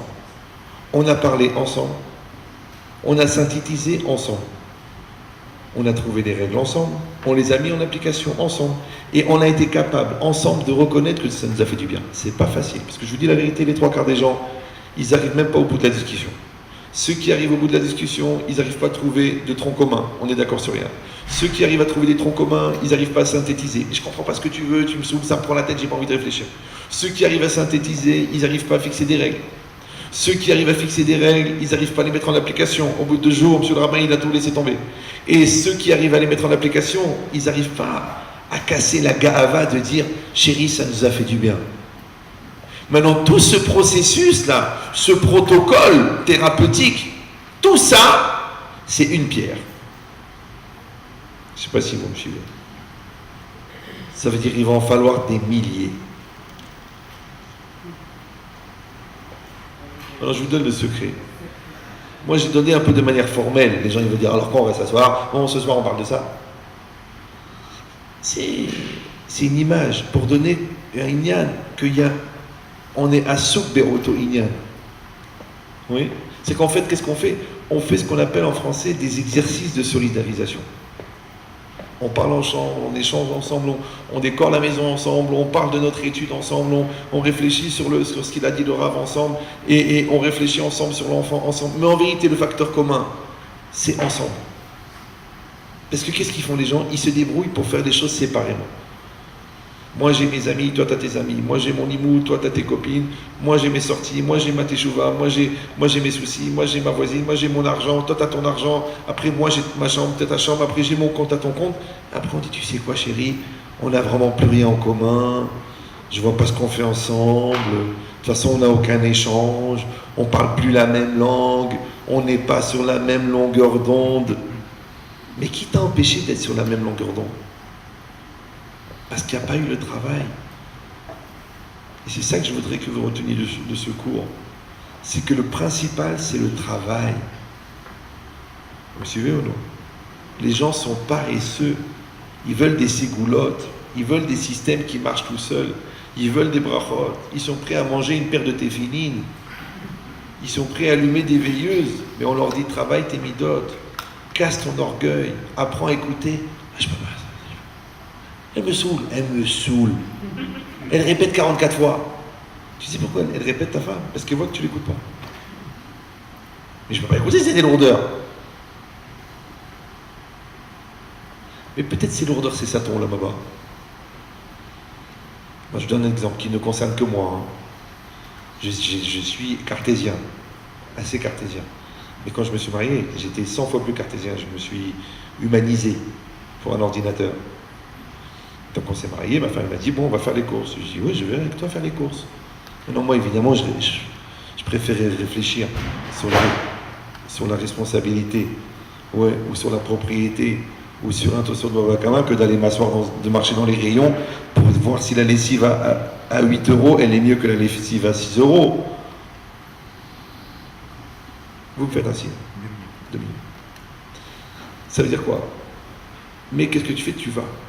Tu veux qu'on choisisse les draps, tu veux les rideaux coordonnés, tu veux, on va choisir de le faire repasser. Un vrai bitoul Torah, un vrai. Ouais. Mais tu vas le faire jusqu'à ce que ta femme, elle te dise, écoute, c'est pas pour toi, va étudier la Torah. Et si tu vas me dire, mais qu'est-ce que ça change? Je dis, voilà, j'ai étudié la Torah. Moi, je suis un Talmid Chacham, j'ai étudié la Torah. Maintenant, toi, la shifra, la servante, l'esclave, tu vas aller au supermarché. Quelle différence où tu vas avec elle, et elle te dit, écoute, il vaut mieux que tu aies étudié la Torah. Quelle différence? De son résultat, toi tu étudies, elle fait la chifra. Non, il y a une différence. C'est que là, elle a compris, elle a accepté, elle a voulu le faire avec toi, parce que tu as montré sa solidarité, et là, tu l'as imposé que c'est comme ça que ça doit être. Moi, je vous donne un truc. Hein. Je ne sais pas pourquoi ce soir je vous raconte ma vie, mais vous savez que je donne des cours. Vous savez que je donne des cours. Vous êtes au courant? Je donne des cours. Ça fait plus de 28 ans que je donne des cours. C'est beaucoup de cours. Et c'est beaucoup de voyages. Et c'est beaucoup d'absences. Et c'est beaucoup de Shabbat. Et c'est beaucoup de soirées où tu n'es pas chez toi à la maison. Mais bah, au Hachem, c'est des milliers de Baal et Tchouva. Des milliers. Là, je rencontre des gens, le Rosh Kolel, celui-là, il a écrit des livres, celui-là, il truc, des milliers dans l'avion, dans le truc, dans la rue, dans la baït vegan, à Ashdod, à Nataniel. Les enfants, ils me disent, papa, tout le monde te connaît. C'est beau, c'est extraordinaire. Mais écoutez bien ce que je vous dis, hein, parce que les gens ne croient pas ça, ils croient que je parle en l'air. Si ma femme, elle me dit demain, Yahya, arrête, j'arrête. Demain, j'ouvre une pizzeria, je fais des Dvar Torah à la fin en servant. Vous voulez un petit Dvar Torah en plus de la pizza? Non, c'est vrai. Mais elle le sait. Hein. Je ne sais pas si vous me suivez. Parce que si vous avez vu quelque chose d'extraordinaire, et vous avez vu tout ce que c'est, tous ces sacrifices-là, c'est combien on a d'enfants, bah, au Hachem, à peu près 3 fois que la moyenne d'entre vous. Ouais. C'est pas facile, toute seule, comme ça, toute seule. C'est dur, avec des gosses, là, il arabe, pas des carpettes ou là, des troncs d'arbres, des vivants, ouais. Ça, ce sacrifice-là, ouf, j'ai pas fini de le payer. Ouais. Mais c'était ensemble. Si elle me dit arrête, j'arrête. Elle le sait. Et comme elle sait que j'arrête, si elle me le demande, elle me demande pas. Chaque fois, je lui dis, bon, voilà le programme du mois. C'est pas trop. Maintenant, elle voit qu'il y a cours tous les jours. Alors, je lui dis, maintenant, j'ai une opportunité d'aller à Miami, j'y vais. Elle me dit, bien sûr. Est-ce que je t'ai dit non déjà? Elle dit, c'est des fois, c'est les gens qui ne savent pas dire non, c'est dangereux. Hein. Parce que toi, tu crois que c'est normal. Tu dois accepter le sacrifice de l'autre. Tu dois dire merci tous les jours. Chaque repas, tu dois dire merci. Chaque repas de Shabbat, chaque salade, tu dois dire merci. Chaque fois que tu prends une chemise repassée, tu dois dire merci. Chaque fois que tu rentres dans la maison et qu'elle est propre, tu dois dire merci. C'est comme ça. C'est comme ça. C'est que celui qui n'est pas capable de le faire, il va crever la mort. Il va crever la mort. D'accord, mais je suis à Montréal, je vais dans le duty free, je trouve un chemisier, je sais que c'est du 38, je l'amène. Mais c'est pas son co, c'est pas son style, c'est pas son... Mais elle sait que le gars, avec 9 heures de décalage et 6 heures d'avion, il s'est pris la tête pour aller prendre un... Voilà le chemisier, le voilà, il est là. Peut-être elle va le jeter, peut-être ça fera un chiffon. Hein. Mais qu'est-ce qu'on a fait? On a fait un effort. Tu rentres à 1h30 du matin d'une conférence, tu vois une lessive, étends la lessive. C'est pas mon cavode, c'est pas moi d'étendre les lessives. Ouais, c'est pas toi, d'accord. Tu travailles, tu dis, mais c'est pas à moi de faire ça, je paye une femme de ménage. Qu'est-ce que ça étend la lessive? Elle se lève le matin, elle voit. Les femmes, elles aiment bien que le matin, ça soit tout nickel. Tu mets un petit coup comme ça, tac, tac, tac, 5 minutes, tac, tac, tac, tac, tac, tu ranges, tu enlèves les trucs, tu enlèves, hop, hop, hop. Elle se lève le matin. Mais tu sais ce que tu as gagné. Le crédit, on dirait que tu l'as enlevé une semaine aux Maldives. Bah, tu dis non, c'est pas mon cavode, c'est pas mon cavode. Eh ben, tu vas payer la semaine aux Maldives 23 000 €. Et elle va râler quand même. Mais là, c'est des petites choses. Mais c'est quoi ces petites choses? Ces petites choses, c'est des attentions. Ces petites choses, c'est des mises en valeur, c'est des efforts. Tu penses, tu sais qu'il aime ce café, achète-lui ce café. Tu dis, non, c'est pareil tous les cafés. Mais ça peut te faire même qu'il s'étouffe s'il aime ce café à déchet. Il aime ce gâteau. Oh, c'est le gâteau de sa mère. Il l'aime, fais-lui son gâteau. Non, pourquoi? C'est trop sucré. Dis que tu veux pas faire le gâteau de ta belle-mère. Dis qu'elle s'étouffe. Pourquoi il aime ce gâteau? Fais-lui ce gâteau que ça peut te faire. Il aime ce style, il aime ce genre, il aime ce truc, il aime cette couleur. Fais-lui. Pourquoi tu te prends la tête? Pourquoi tu t'étouffes? Je vois les gens, ils s'étouffent. Et grave, je savais, j'ai même honte de vous raconter. C'est tellement des bêtises, ça a démarré sur n'importe quoi. Mais je sais, mais évidemment. Comme vous savez que dans les forêts, dans le sud de la France et dans tous les pays chauds, il y a des panneaux. Ils mettent un rond rouge avec du blanc au milieu, avec marqué, avec une petite cigarette, et avec interdit. Ça veut dire il est interdit de jeter des mégots. Vous avez déjà vu ce panneau, non? Ouais. Mais pourquoi ils mettent ça? Pourquoi ils mettent des mégots? Ils devraient mettre ne provoquez pas des incendies de forêt. C'est ça qu'ils devraient marquer. Parce que tous les incendies de forêt commencent par des mégots. C'est rien. C'est juste en fin de phrase, tu as rajouté un petit adjectif qualificatif qui n'est pas dans le dictionnaire. Espèce de grosse. Ce mot-là, tu vas le payer. Ouais. Maintenant, toi, tu as traîné un petit peu. Tu as dit, viens, on part tout de suite. Et tu es resté allongé. Cette négligence, tu vas la payer. Tu as oublié de déposer le chèque. À cause de ça, il y aura 10% de plus sur les impôts. C'est pas évident. C'est quand même 713 000 €. D'accord? Tu vas le payer. Ça veut dire que toi, tu crois que tu as fait un mégot. En fait, tu as fait un incendie de forêt. Moi, je vois les gens, ils viennent en consultation. Ils t'amènent des ronamotes. Et quand tu fouilles, tu remontes, c'était une lourdeur. Maintenant, le Yetzirah, il a cette rochma de mettre de l'essence sur les bêtises. Et ça devient des mondes. J'ai dit à quelqu'un, ça il m'a dit, mais Rav, c'est pas pour le principe. J'ai dit, tu sais qu'un détail avec un grand principe, tu peux faire une grosse catastrophe. Les gens pour le principe. Mais Rav, c'est pour le principe. Mais qu'est-ce que tu nous saoules avec tes principes? C'est quoi les principes? C'est quoi les principes? Si les principes, ça va t'amener le Gehinam dans la vie, oublie tes principes. Oublie. C'est ça ce qu'il a dit, que dans le Beignane Shalom Bayit, Amevater ou Arinatseach, celui qui renonce, c'est lui qui gagne. C'est le contraire. Dans la guerre, dans la bataille, dans le business, il ne faut pas baisser la tête, il faut se battre. Mais dans le Shalom Bayit, mais baisse la tête. Alors, tu te dis, je baisse la tête, c'est pourquoi je suis un chien, je suis rien. Mais non, tu n'as pas compris. La Hanava, ouais. C'est que normalement, quand tu baisses la tête, il reste quelqu'un d'extraordinaire. Mais si toi, quand tu baisses la tête, il reste rien, ça veut dire qu'il n'y a rien derrière. Vous me suivez ou non? C'est ça la gadlout, c'est ça la grandeur, c'est ça la force. Que tu es un gadol et tu te conduis comme quelqu'un de simple. Alors que tu vas dire, non, c'est pas mon camarade, c'est pas à moi de le faire, c'est pas... Pourquoi que ça peut faire? Vas-y, fais-le. C'est le stapler, il est en train d'arranger une fois la porte d'entrée de son immeuble. Quelqu'un est venu le voir, il a dit, mais Rav, vous êtes le stapler, vous êtes le gars de la dent, vous êtes le grand de la génération, vous êtes avec votre marteau et votre tournevis en train d'arranger la porte de l'immeuble. Il a dit, mais je suis copropriétaire, je suis obligé de travailler pour le bien de l'immeuble. C'est qu'il est le stapler, Ouais, il est le Rosh Yeshiva, il est le gars de l'Ador, il est le gars qui a sauvé du cancer avec ses prières, mais il est aussi le même qui va arranger la porte de l'immeuble. Maintenant, quand quelqu'un il oublie d'être normal, peut-être il va devenir fou. Hein. Peut-être il va devenir fou. C'est que Rav Dessler, qui était un des derniers Baal Ashkafa, et peut-être un des derniers Baal Kabbalah, il faisait les glaces pour les invités la veille de Shabbat. Les glaces. Vous imaginez Rav Dessler en train de battre les œufs, en train d'écraser les fraises. Ah mais il est où? Où elle en est la glace? Elle avance. Ah, je crois qu'elle va être Gianna. Ou peut-être pas, Ziano.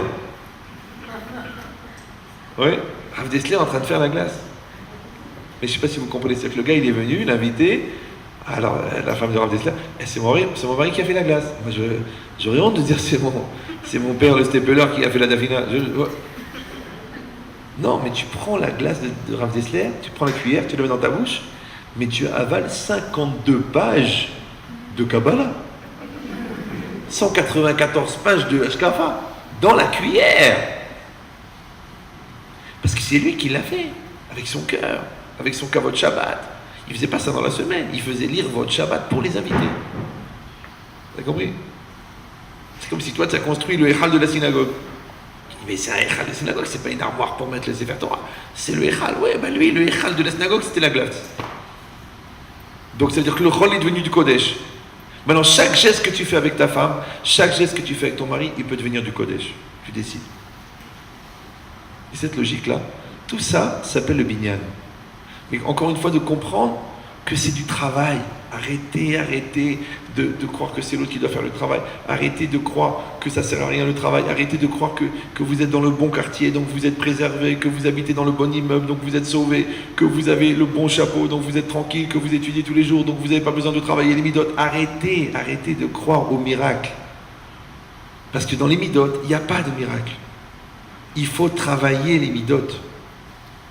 D'accord? Le couple, il faut le construire, c'est pierre par pierre, discussion par discussion, remise en cause par remise en cause, jusqu'à ce que tu vas atteindre la confiance. Ça prend du temps. Je lui dis déjà la confiance. Vous vous rappelez, c'est quoi la confiance dans le couple? Vous vous rappelez les redoublants? La confiance. Vous vous rappelez pas, non? Personne? Oh, c'est dommage que je ne suis pas mort hier.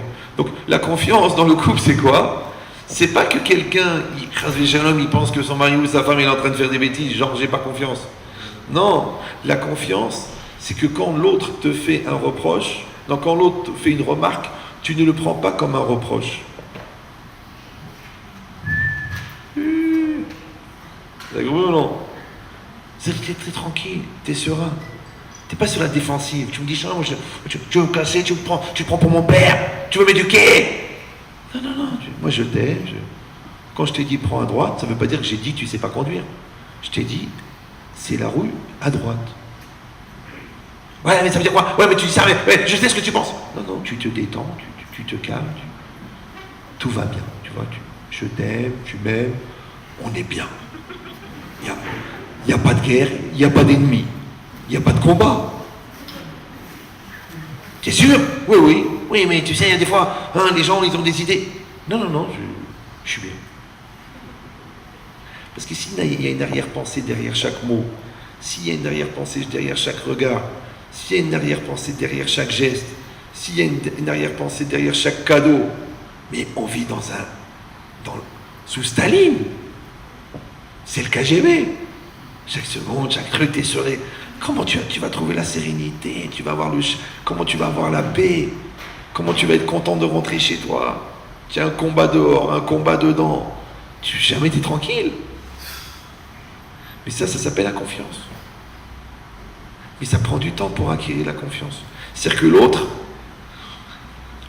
il a un tel crédit, tu as un tel crédit que l'autre, même en se trompant, il ne peut pas imaginer que tu lui veux du mal. Je ne sais pas si vous me suivez. Je donne l'exemple. C'est comme si toi, tu as 60 000 euros en liquide. Tu dois acheter une voiture, cash. Et tu la mets dans ta poche. Et tu es avec ton père. Tu dis, papa, je pose la veste ici et je vais aux toilettes 2 minutes. On est dans le salon de la maison, la veste, elle est là en sécurité. Toi, tu poses la veste avec les 60 000 euros et tu vas aux toilettes. Tu reviens des toilettes, tu vois ton père les 2 mains dans la poche de la veste. Est-ce que tu imagines pendant 2 minutes qu'il est en train de voler l'argent? il se rafraîchit, il fait la monnaie, il veut ressentir qu'est-ce que c'est 60 000 euros en billets de 500. Tu t'imagines pas qu'il veut voler.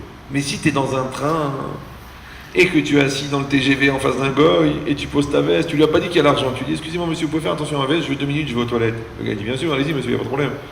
Et tu reviens, il a les 2 mains dans la poche de la veste. Est-ce que tu crois qu'il est en train de se rafraîchir? Est-ce que tu crois qu'il est en train de se peser? T'es vadin qu'il est en train de voler. Alors pourquoi ton père, t'es sûr qu'il n'est pas en train de voler? Et pourquoi l'inconnu, t'es sûr qu'il est en train de voler? Ça n'a rien à voir. Tu sais pourquoi? Parce que mon père, en 25 ans, il m'a prouvé qu'il voulait mon bien. Donc, il a acquis un crédit de sécurité qui fait que je ne peux pas imaginer qu'il me veut mon mal. Vous me suivez ou non? Donc, quand il va y avoir une ambiguïté, automatiquement, je vais juger du bon côté parce qu'il a un crédit positif de bien. Et voilà. Ça va? Donc, si je n'ai pas confiance dans la personne que j'ai épousée, ça veut dire que je n'ai pas créé le crédit de confiance. Et si quelqu'un va dire, mais c'est pas possible. Si le crédit de confiance, il est créé par la bonté, mais combien j'ai donné, combien j'ai apporté, combien je suis rentré le soir, combien j'ai fait les enfants, j'ai fait l'argent, j'ai fait les vacances, j'ai fait... Alors pourquoi? Alors comment ça se fait qu'il n'y a pas de crédit? Mais attention, rappelez-vous que donner et acheter, c'est le même geste. Maintenant, si tu as donné à quelqu'un, tu as créé un crédit. Si tu as payé un service, tu n'as pas de crédit. Tu peux aller tous les matins chez le boulanger, tous les jours acheter la baguette, et tu n'as aucune affinité avec le boulanger. Pourtant, ça fait 17 ans que tous les matins, tu achètes la baguette chez François le boulanger. Tous les jours. Bonjour François, bien cuite, bien sûr, comme d'habitude. Bonjour, bonjour Monsieur Cohen, bien cuite, merci, 80 centimes. Bonjour, bonjour Monsieur Cohen, une baguette, bonjour, bonjour, ah bien cuite, ah comme d'habitude, bonjour, bon appétit Monsieur Cohen, ah bonjour, bonne journée, blablabla. Tous les jours, 17 ans. Un jour, tu vas, écoute François, il faut que je te parle. Je vais pas bien, j'ai des problèmes avec ma femme, est-ce que tu pourrais m'aider? Écoutez monsieur, je suis boulanger, moi vous me donnez 80 centimes, je vous donne une baguette, et c'est tout. Non mais attends, ça fait quand même 17 ans, on se connaît, tu sais, tu m'as vu, j'habite en face, chaque fois, des fois je te laisse la monnaie, quand même ça fait 17 ans François. François quand même, tu pourrais m'écouter, tu pourrais m'aider, tu pourrais me comprendre quand même. Écoutez monsieur, je ne sais pas où est-ce que vous voulez en venir, écoutez, il y a des clients qui attendent. Moi, vous voulez une baguette, je vous donne une baguette. Vous la voulez bien cuite, je vous la donne bien cuite. Vous la voulez tranchée, je vous la donne tranchée. Mais je ne vais pas devenir votre conseiller conjugal. Je ne vais pas devenir votre frère et votre beau-frère. Moi, vous voulez une baguette, je vous donne une baguette. Vous suivez, vous avez bien compris? Oui, non, oui, non, oui. Donc si maintenant tu vois qu'il y a une certaine froideur, une certaine insensibilité, un certain mépris dans la relation avec l'autre, alors que ça fait 17 ans, tu dois réfléchir, est-ce qu'on a fait du commerce ensemble ou est-ce qu'on a fait du hesed ensemble? Et voilà, vous avez compris ou non? Et c'est le même geste, parce que là je t'ai donné un cadeau et là j'ai acheté une prestation. Là, j'ai acheté la paix, là, j'ai acheté la tranquillité, là, j'ai acheté ton sourire, là, j'ai acheté ta féminité, là, j'ai acheté ton côté masculin, là, j'ai acheté la tranquillité. J'ai payé pour ça. Ça, c'est du commerce. Mais si je dis, mais moi, j'ai donné parce que je dois donner. Moi, j'ai donné parce que je t'aime. Moi, j'ai donné parce que je suis bien avec toi. Moi, j'ai donné parce que tu es le but de ma vie. Là, tu as construit. Ça, c'est la différence entre la netila et la netina. La netina, elle construit. Le hesed, il est bonné, mais la netila, le fait de prendre, c'est ça, acheter, ça c'est pas. Maintenant les gens y croient parce que ça fait 10 ans, ça fait 15 ans, ça fait 20 ans, ça fait 30 ans, ils ont déjà les enfants, les petits-enfants, les arrière-petits-enfants. Mais s'ils ont fait que du commerce, ils ont rien. Il faut le faire, il faut donner. Maintenant ça c'est seulement toi. Quand tu es dans une logique de construction, quand tu es une logique tu réfléchis, tu dis attention, qu'est-ce que je suis en train de faire maintenant là? Je suis en train de donner ou je suis en train de prendre? Je suis en train de faire plaisir ou je suis en train de m'acheter un service? Qu'est-ce que je suis en train de faire? Si tu n'es pas capable de le faire, peut-être que tu n'as même pas commencé à construire. Comme pour toi-même. Tu sais, Rav Dessler, il a dit un yesod incroyable. Vous savez que le Yetzeratov, il vient à la naissance avec le Yetzerara. Mais le Yetzerara se dévoile à la naissance, mais le Yetzeratov se dévoile à la Bar Mitzvah. Donc à la Bar Mitzvah, vous avez un Yetzerara qui a 13 ans et un Yetzeratov qui a 1 jour. Qui doit se battre avec un bébé qui vient de sortir du ventre de sa mère. On l'a lavé, on lui a enlevé le sang, on lui a mis une petite layette, on l'a mis par terre. On lui a dit, allez, battez-vous les deux. Ça, c'est le Yetzirah jour, et le Yetzirah, il a 13 ans. Maintenant, quand vous avez quelqu'un avec vous depuis 13 ans et qu'il y a un nouveau qui arrive, à qui vous allez vous identifier? À celui qui était toujours là ou au nouveau? À celui qui était toujours là. Alors il dit Rav Dessler, c'est pour ça que le Yetzirah, on l'appelle je, et le Yetzirah Tov, on l'appelle il.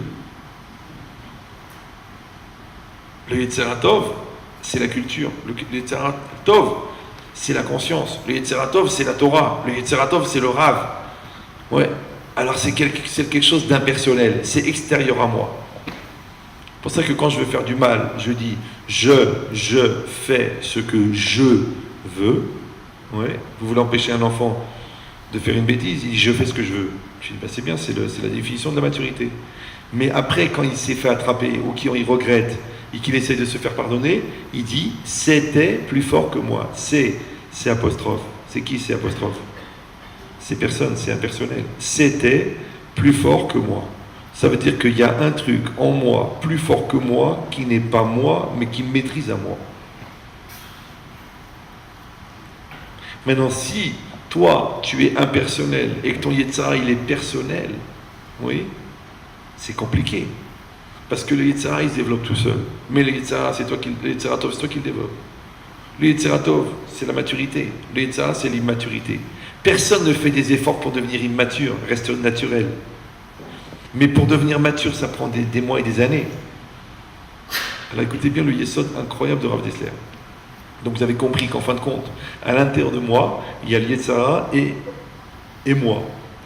Maintenant, puisque le Yetzirah, l'homme s'identifie à son Yetzirah, donc le moi, il devient le Acher. Ça va?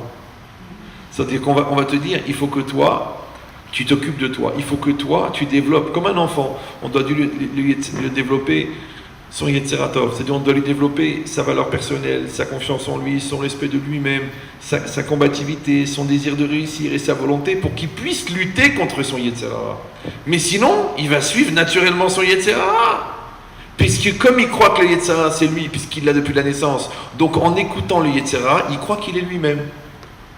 C'est pour ça que les gens, quand tu les empêches de faire des avérotes, ils te disent « mais tu m'étouffes, tu m'empêches de vivre ». Je comprends pas, qu'est-ce que ça peut te faire? Je te dis, il ne faut pas allumer la lumière Shabbat. N'allume pas la lumière Shabbat. Tu m'étouffes. J'ai besoin d'allumer la lumière. Mais qu'est-ce que ça peut te faire? C'est bizarre. C'est irrationnel. Mais c'est normal parce que c'est Yetzirah. Un goy, tu l'attrapes dans la rue, tu lui expliques un quart d'heure l'importance du Shabbat. Je te promets qu'un goy intelligent à qui t'explique le Shabbat, en un quart d'heure, il est chômeur Shabbat. Un juif, il a 4 doctorats. Tu dis non, écoute, je n'adhère pas à ces idées. C'est une approche auquel je suis totalement étranger. Je n'ai pas grandi dans ce milieu. C'est bizarre. C'est que le Yetzirah, il est bête. Même s'il a un doctorat. C'est incroyable. Pourquoi? Parce que le Yetzirah, encore une fois, tu t'es identifié à lui. Donc le jeu, il devient le Yetzirah. Et le Acher, c'est toi. Ça va, vous me suivez? Alors il a dit Rav Dessler un Yesod extraordinaire. Il a dit, tu sais pourquoi la Torah, elle a demandé de faire Chesed? Quand tu fais Chesed, tu te préoccupes de qui? De l'autre, du Acher. Maintenant, l'homme a priori qui est égoïste et qui est égocentrique, c'est difficile de s'intéresser à l'autre. Donc la Torah lui a demandé de se faire violence pour réussir à apporter à quelqu'un qui est extérieur à lui. Donc le gars, il va faire la tzedaka, il va acheter des fleurs, il va faire un effort pour l'autre, il va l'aider à déménager. C'est dur, donc il va mettre le Acher en priorité sur lui. Mais pour mettre le Acher en priorité sur lui, il va être obligé de lutter contre son Yetzirah d'orgueil, son Yetzirah d'égoïsme. Donc le Chesed, il te permet de donner au Acher une priorité. Ben, un jour, tu vas comprendre que le Acher, c'est toi, et tu vas lutter contre ton Yetzirah pour te faire un Chesed à toi-même. D'accord, oui? C'est qu'il dit que en fait, le Chesed, c'est pour apprendre à se faire du Chesed à soi-même. Moi j'ai exprimé d'une autre manière. Je dis, tu ne peux être proche de toi quand tu réussis à être étranger de toi-même. C'est que tant que toi, pour réussir que toi, tu sois toi, il faut que tu réussisses à être extérieur à toi et que toi, tu peux te juger toi. C'est ça le moussard. Le moussard, c'est de mettre une caméra au-dessus de ta tête. que quand tu parles, tu t'écoutes, et tu sais que tu dis des bêtises ou des choses intelligentes. Quand tu réfléchis, tu t'écoutes. Quand tu agis, tu t'écoutes. Est-ce que tu le fais béhémet? Est-ce que tu le fais par intérêt? Est-ce que tu le fais par cheshbon? Mais ça, tu peux le faire que si tu es extérieur à toi. Ça veut dire que pour être toi, tu es obligé d'être extérieur à toi. On appelle ça la prise de conscience, la projection, le recul, la réflexion. Il y a plein de... Mais nous, on appelle ça le da'at. Maintenant, si quelqu'un, il est capable, et c'est ça la solidarité dans le couple, c'est comme l'homme et la femme, les deux, ils se regardent ensemble, en tant que couple, pour dire de quoi il a besoin notre couple. Moi, quand les gens ils viennent, je dis combien vous avez d'enfants? Ils me disent 3. Je dis non, vous en avez 4. Je dis 4, oui. Je dis le 4e, c'est votre couple. Maintenant, votre couple, vos enfants, ils ont besoin d'amour, ils ont besoin de finesse, ils ont besoin d'intelligence, ils ont besoin de Torah, ils ont besoin de Treha, ils ont besoin. Et bien votre couple aussi. Maintenant, occupez-vous de votre couple comme de votre 4e enfant. Maintenant, je pose une question. Si le couple, c'est un enfant, est-ce qu'on se querelle devant les enfants? On ne peut pas se quereller devant les enfants, ça les déstabilise. D'accord? Maintenant, si je dis que que le couple c'est un enfant, donc on ne peut pas se quereller devant le couple. Mais le couple c'est nous. Donc comment on va faire pour pas se quereller devant nous? Alors, je donne un secret. Après je vous laisse tranquille. Dans une situation à 100%, d'accord? N'importe quelle situation. La situation elle est à 100%. Maintenant des fois, l'homme il a 80% des torts. La femme elle a 20% des torts. D'accord? Par exemple, l'homme, je sais pas, il a laissé brûler la dafina, et on est 10 minutes avant Shabbat, et c'est le Shabbat où la belle-mère elle vient. Donc il a oublié, il était au téléphone, avec ses copains, il a brûlé la dafina. Maintenant la femme, quand elle a vu ça, au lieu de dire, le pauvre il n'a pas fait attention, elle s'est énervée, elle lui a sorti tous les noms d'oiseaux qui ne sont pas dans le dictionnaire, tellement il était énervé. Maintenant elle regrette, mais elle a fait ça. Donc lui il a 80% des torts, et elle a 20% des torts. Lui, c'est sur l'erreur d'avoir brûlé la daf, et elle sur la manière de l'avoir gérée. Ça va? Le contraire aussi, des fois, c'est la femme qui a 80% des torts et l'homme qui a 20%. Donc la situation, elle est 100%, et dedans, il y a un partage de 80-20. Ça va ou non? Maintenant, le secret, c'est quoi? Moi, j'ai fait les 80%. Je sais que j'ai fait les 80%, je ne suis pas un fou. Maintenant, mon cerveau, il me dit c'est à cause de l'autre. C'est normal. Mais si moi, j'ai fait le moussard, je dis, moi, je vais m'occuper de mes 80%. Excuse-moi, ma chérie, mon amour, 10 minutes, je m'arrange, je trouve un traiteur, je trouve une dafina, je vais chez le voisin, je vais chez ma soeur, je lui dis donne-moi la moitié de ta daf, j'ai trouvé une solution. Si je n'ai pas trouvé la daf, c'est pas grave, on va prendre du poulet froid, on va trouver une solution. Le écart qu'on est bien. Ouais. Donc moi, je m'occupe de mes 80%. Toi, tu t'occupes de tes 20%. Ça va? Mais qu'est-ce qu'ils font en général les gens? Celui qui a 80% de tort, il a du mal à supporter qu'il a 80% de tort. Qu'est-ce qu'il fait? Il s'occupe des 20% de l'autre. T'as vu comment tu m'as parlé? Tu trouves ça normal? Une femme juive, soi-disant religieuse, c'est quoi ces gros mots? Tu sais à qui tu parles? Tu sais que je suis le père de tes enfants? Mais toi, tu parles de quoi? Tu parles des 20% de l'autre. Celui qui a fait les 20%, lui, il ne veut pas se remettre en cause sur les 20%. Parce qu'il dit, mais c'est quoi 20% par rapport aux 80%? D'accord, la manière de parler, mais t'as vu ce que t'as fait, toi? T'as vu l'archema que tu m'as fait devant tes copains? T'as vu comment vous êtes tous moqués de moi à table? T'as vu ce que t'as fait? Me bisayon barabim, et l'orel et t'es en train de me parler parce que je t'ai dit 2 petits gros mots. Donc celui qui a fait les 20%, il s'occupe des 80%. Celui qui a fait les 80%, il s'occupe des 20%. Donc personne ne s'occupe de lui-même. Et surtout, aucun des deux s'occupe du couple. Donc le couple, il n'évolue pas. Et le Yetzirah, il a une palette de nouveaux problèmes à l'infini. D'accord? Tu as oublié de déposer le chèque, tu as mal parlé à l'enfant, toi tu me contredis devant les enfants, après toi tu m'as dit à mes parents de trucs, tu n'as pas dit Shabbat Shalom à ma mère, après tu n'as pas voulu qu'on les invite pour Pessah, après toi tu as reçu ta belle-sœur pendant 3 semaines. Il y a une palette de lourdeur infinie. C'est pour ça que ce qui est intéressant, c'est pas les problèmes. Moi, je rencontre les gens, ils veulent toujours te raconter. Mais je vais vous dire, mais c'est pas intéressant. Ce qui est intéressant, c'est pas les anecdotes. Ce qui est intéressant, c'est comment on les a vécus. Est-ce qu'on les a vécus en couple ou est-ce qu'on les a vécus en individu? Si on les a vécus en individu, ça veut dire qu'on n'est pas encore mariés. Toi et moi et ta sœur et ta race et ton père et ton frère, avec mes intérêts, avec tes intérêts. Si on les a vécus en couple, on a dit nous avons eu un problème avec le Yetzirah de ça, et nous avons eu un problème avec ta maman, et nous avons un problème avec mon caractère, et nous avons un problème avec ma cigarette, parce que comme je ne fume pas Shabbat, je suis nerveux. Mais nous avons un problème, c'est pas que moi j'ai un problème ou que toi tu as un problème. Parce que si on est dans les moi et les toi, on n'est pas mariés encore. Maintenant, après 15 ans, 20 ans, c'est le moment d'aller sous la roupa. On ne peut pas rester fiancé 40 ans. En plus, on a fait des enfants entre-temps, et Légalement, les enfants d'un couple colocataire ne sont pas reconnus. Donc on doit faire le contraire. On fabrique de la communion. Oui, on fabrique, et c'est ça bonnet, on fabrique de la communion, on fabrique de la solidarité, on fabrique de la proximité, on fabrique de la compréhension, on fabrique de la remise en cause. Mais c'est beaucoup de travail. Alors je vous donne le secret. Si chacun séparément travaille ses midotes, donc chacun s'occupe de sa part du problème, donc le négatif, il est divisé par chacun, et le positif, on le met dans le couple. Vous me suivez ou non? Les gens, ils font l'inverse. Les gens, leur négatif, ils l'imposent à l'autre, leur négatif à eux, ils l'imposent à l'autre. Le positif, il n'y en a plus, parce que quelqu'un qui s'est pourri, les gens qui se sont vomis les uns sur les autres, ils ne vont pas maintenant imaginer d'aller ensemble à la roupa. Moi, je t'ai pourri, toi, tu m'as pourri. Après, je dis, bon, ben, à part ça, tu sais, je t'aime hein, quand même. Hein, bon, je t'ai insulté, mais t'es quand même la mère de mes enfants. Bon, c'est vrai que je t'ai dit que t'étais un pauvre type, un nul, un débile, que t'es rien à côté de mes frères et à côté de mon père, mais quand même, je reconnais que Kolakavod, que tous les jours, tu amènes la parnassa. Ça n'a plus de sens. C'est comme si moi, je vous insulte de tous les mots, puis après, à part ça, je vous dis, bon, faut quand même faire tes chouvas. Non. Donc c'est ça l'idée. L'idée, c'est que les Yetzer Hara, quand il nous a fait nous mettre en situation de non-solidarité, après, on a du mal à se mettre en situation de solidarité. C'est pour ça que, quelles que soient les circonstances, quelles que soient les épreuves, quelles que soient les remises en cause, quelle que soit l'origine du problème, toi ou moi, si on est extérieur à ça, on peut dire notre couple a besoin de nous. Comme nos enfants ont besoin de nous. Ouais. Notre couple a besoin de nous. Et maintenant, comment ça s'appelle cette priorité que tu donnes au couple au-delà de tes problèmes personnels? Ça s'appelle la shekhinah.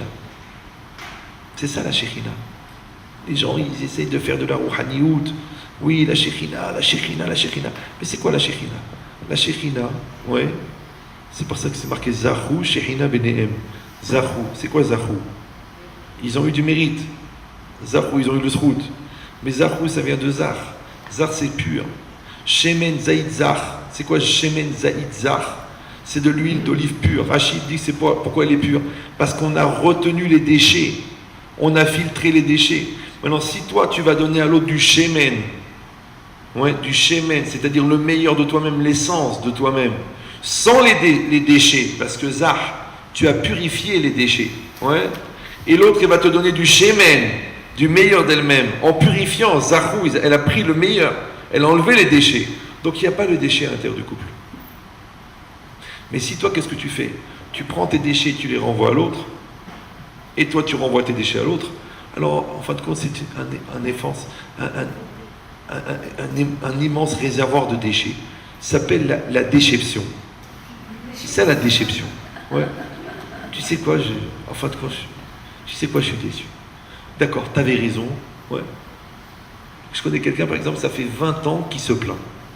Ça fait 20 ans. Je l'ai connu, il se plaint. Elle est comme ça, elle est comme ça, elle est comme ça. Je dis, ça y est, elle est comme ça. Non, tu connais pas, 20 ans. Mais moi je sais, le gars il est dépressif, il a un vrai problème. Ouais, mais il se plaint. Je lui dis, regarde, ça t'a rien rapporté. Baruch Hashem, voilà, vous avez fait des enfants. Baruch Hashem, ils ont grandi. Baruch Hashem, t'as eu la parnassa. Baruch Hashem, vous avez fait l'aliyah, vous avez acheté la belle villa, vous avez. Arrête de râler, arrête. Oui, tu la connais pas. Le gars, il est noir. Il est noir.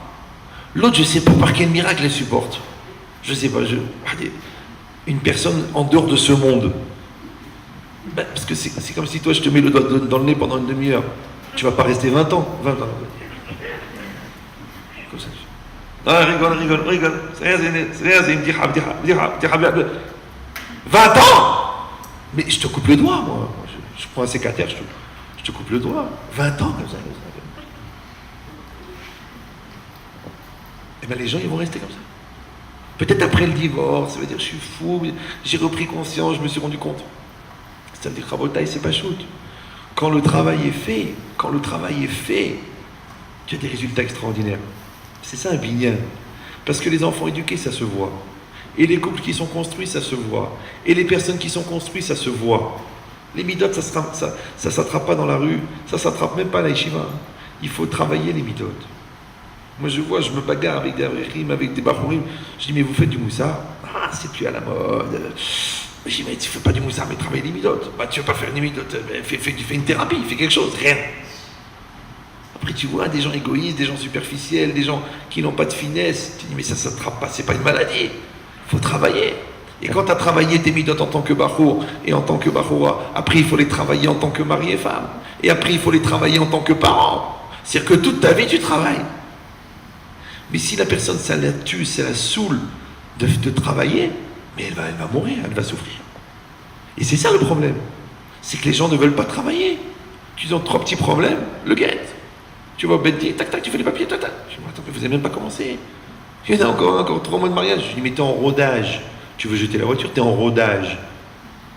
Il faut faire des kilomètres. Il faut travailler.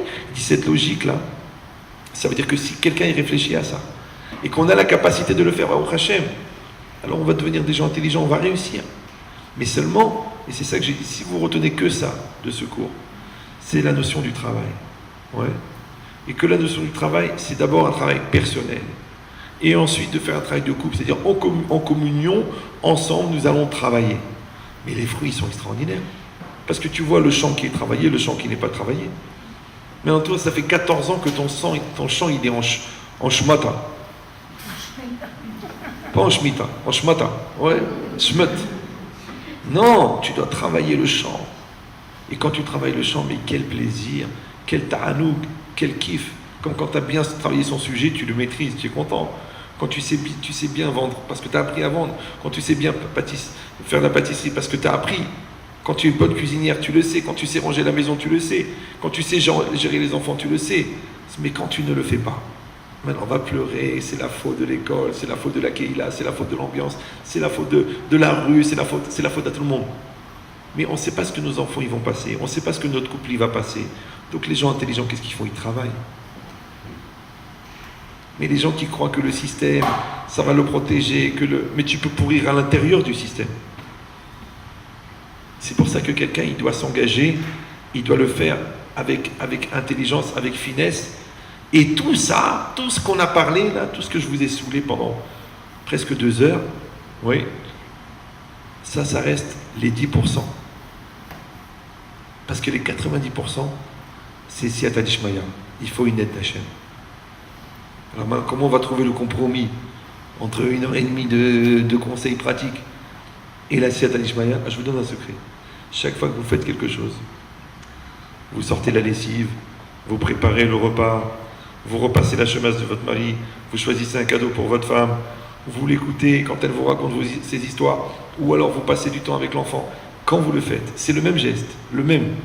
Mais au lieu de le faire parce que intellectuellement vous pensez que ça peut être bien pour votre couple, faites-le parce que c'est une mitzvah. Vous avez compris ou non? C'est une mitzvah. Il y a une mitzvah qui s'appelle le chesed, il y a une mitzvah qui s'appelle la savlanut, il y a une mitzvah qui s'appelle ve'afta l'erecha kamocha. Il y a beaucoup de mitzvot.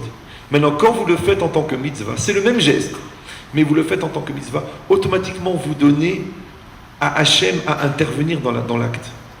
Donc cet acte-là, il n'est plus un acte psychologiquement raisonnable, il devient un acte de spiritualité. Vous suivez ou non? Donc maintenant, Hachem, il est dans la maison, parce qu'on lui a ouvert la porte, on lui a dit qu'on a besoin de toi. D'accord? L'enfant, tu lui donnes le chinour, tu apprends la Mishnah, tu travailles les midot, tu le mets dans la bonne yeshiva, et après tu pries ta mort.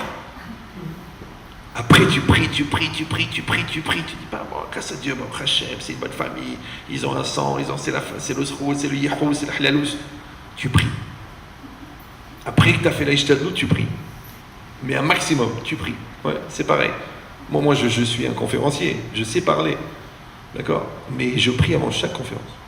C'est le Pele Yoetz, il dit ça, le Darshan, il doit prier avant chaque conférence. Pourquoi?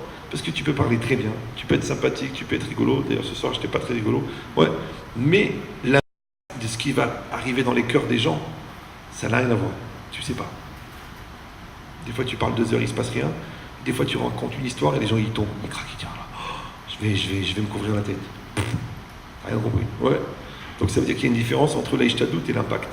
Donc c'est exactement pareil. Ce soir, le but c'était de s'engager dans le travail, et c'est ça qu'il faut arriver à faire, que quelqu'un il sorte d'ici et dit à partir de maintenant, je vais bouger, je vais évoluer, je vais grandir. Et c'est bien que ça tombe dans une période de Elul, oui, de Aniledodi Vedodili, Parce que l'homme et Dieu, ils forment aussi un couple.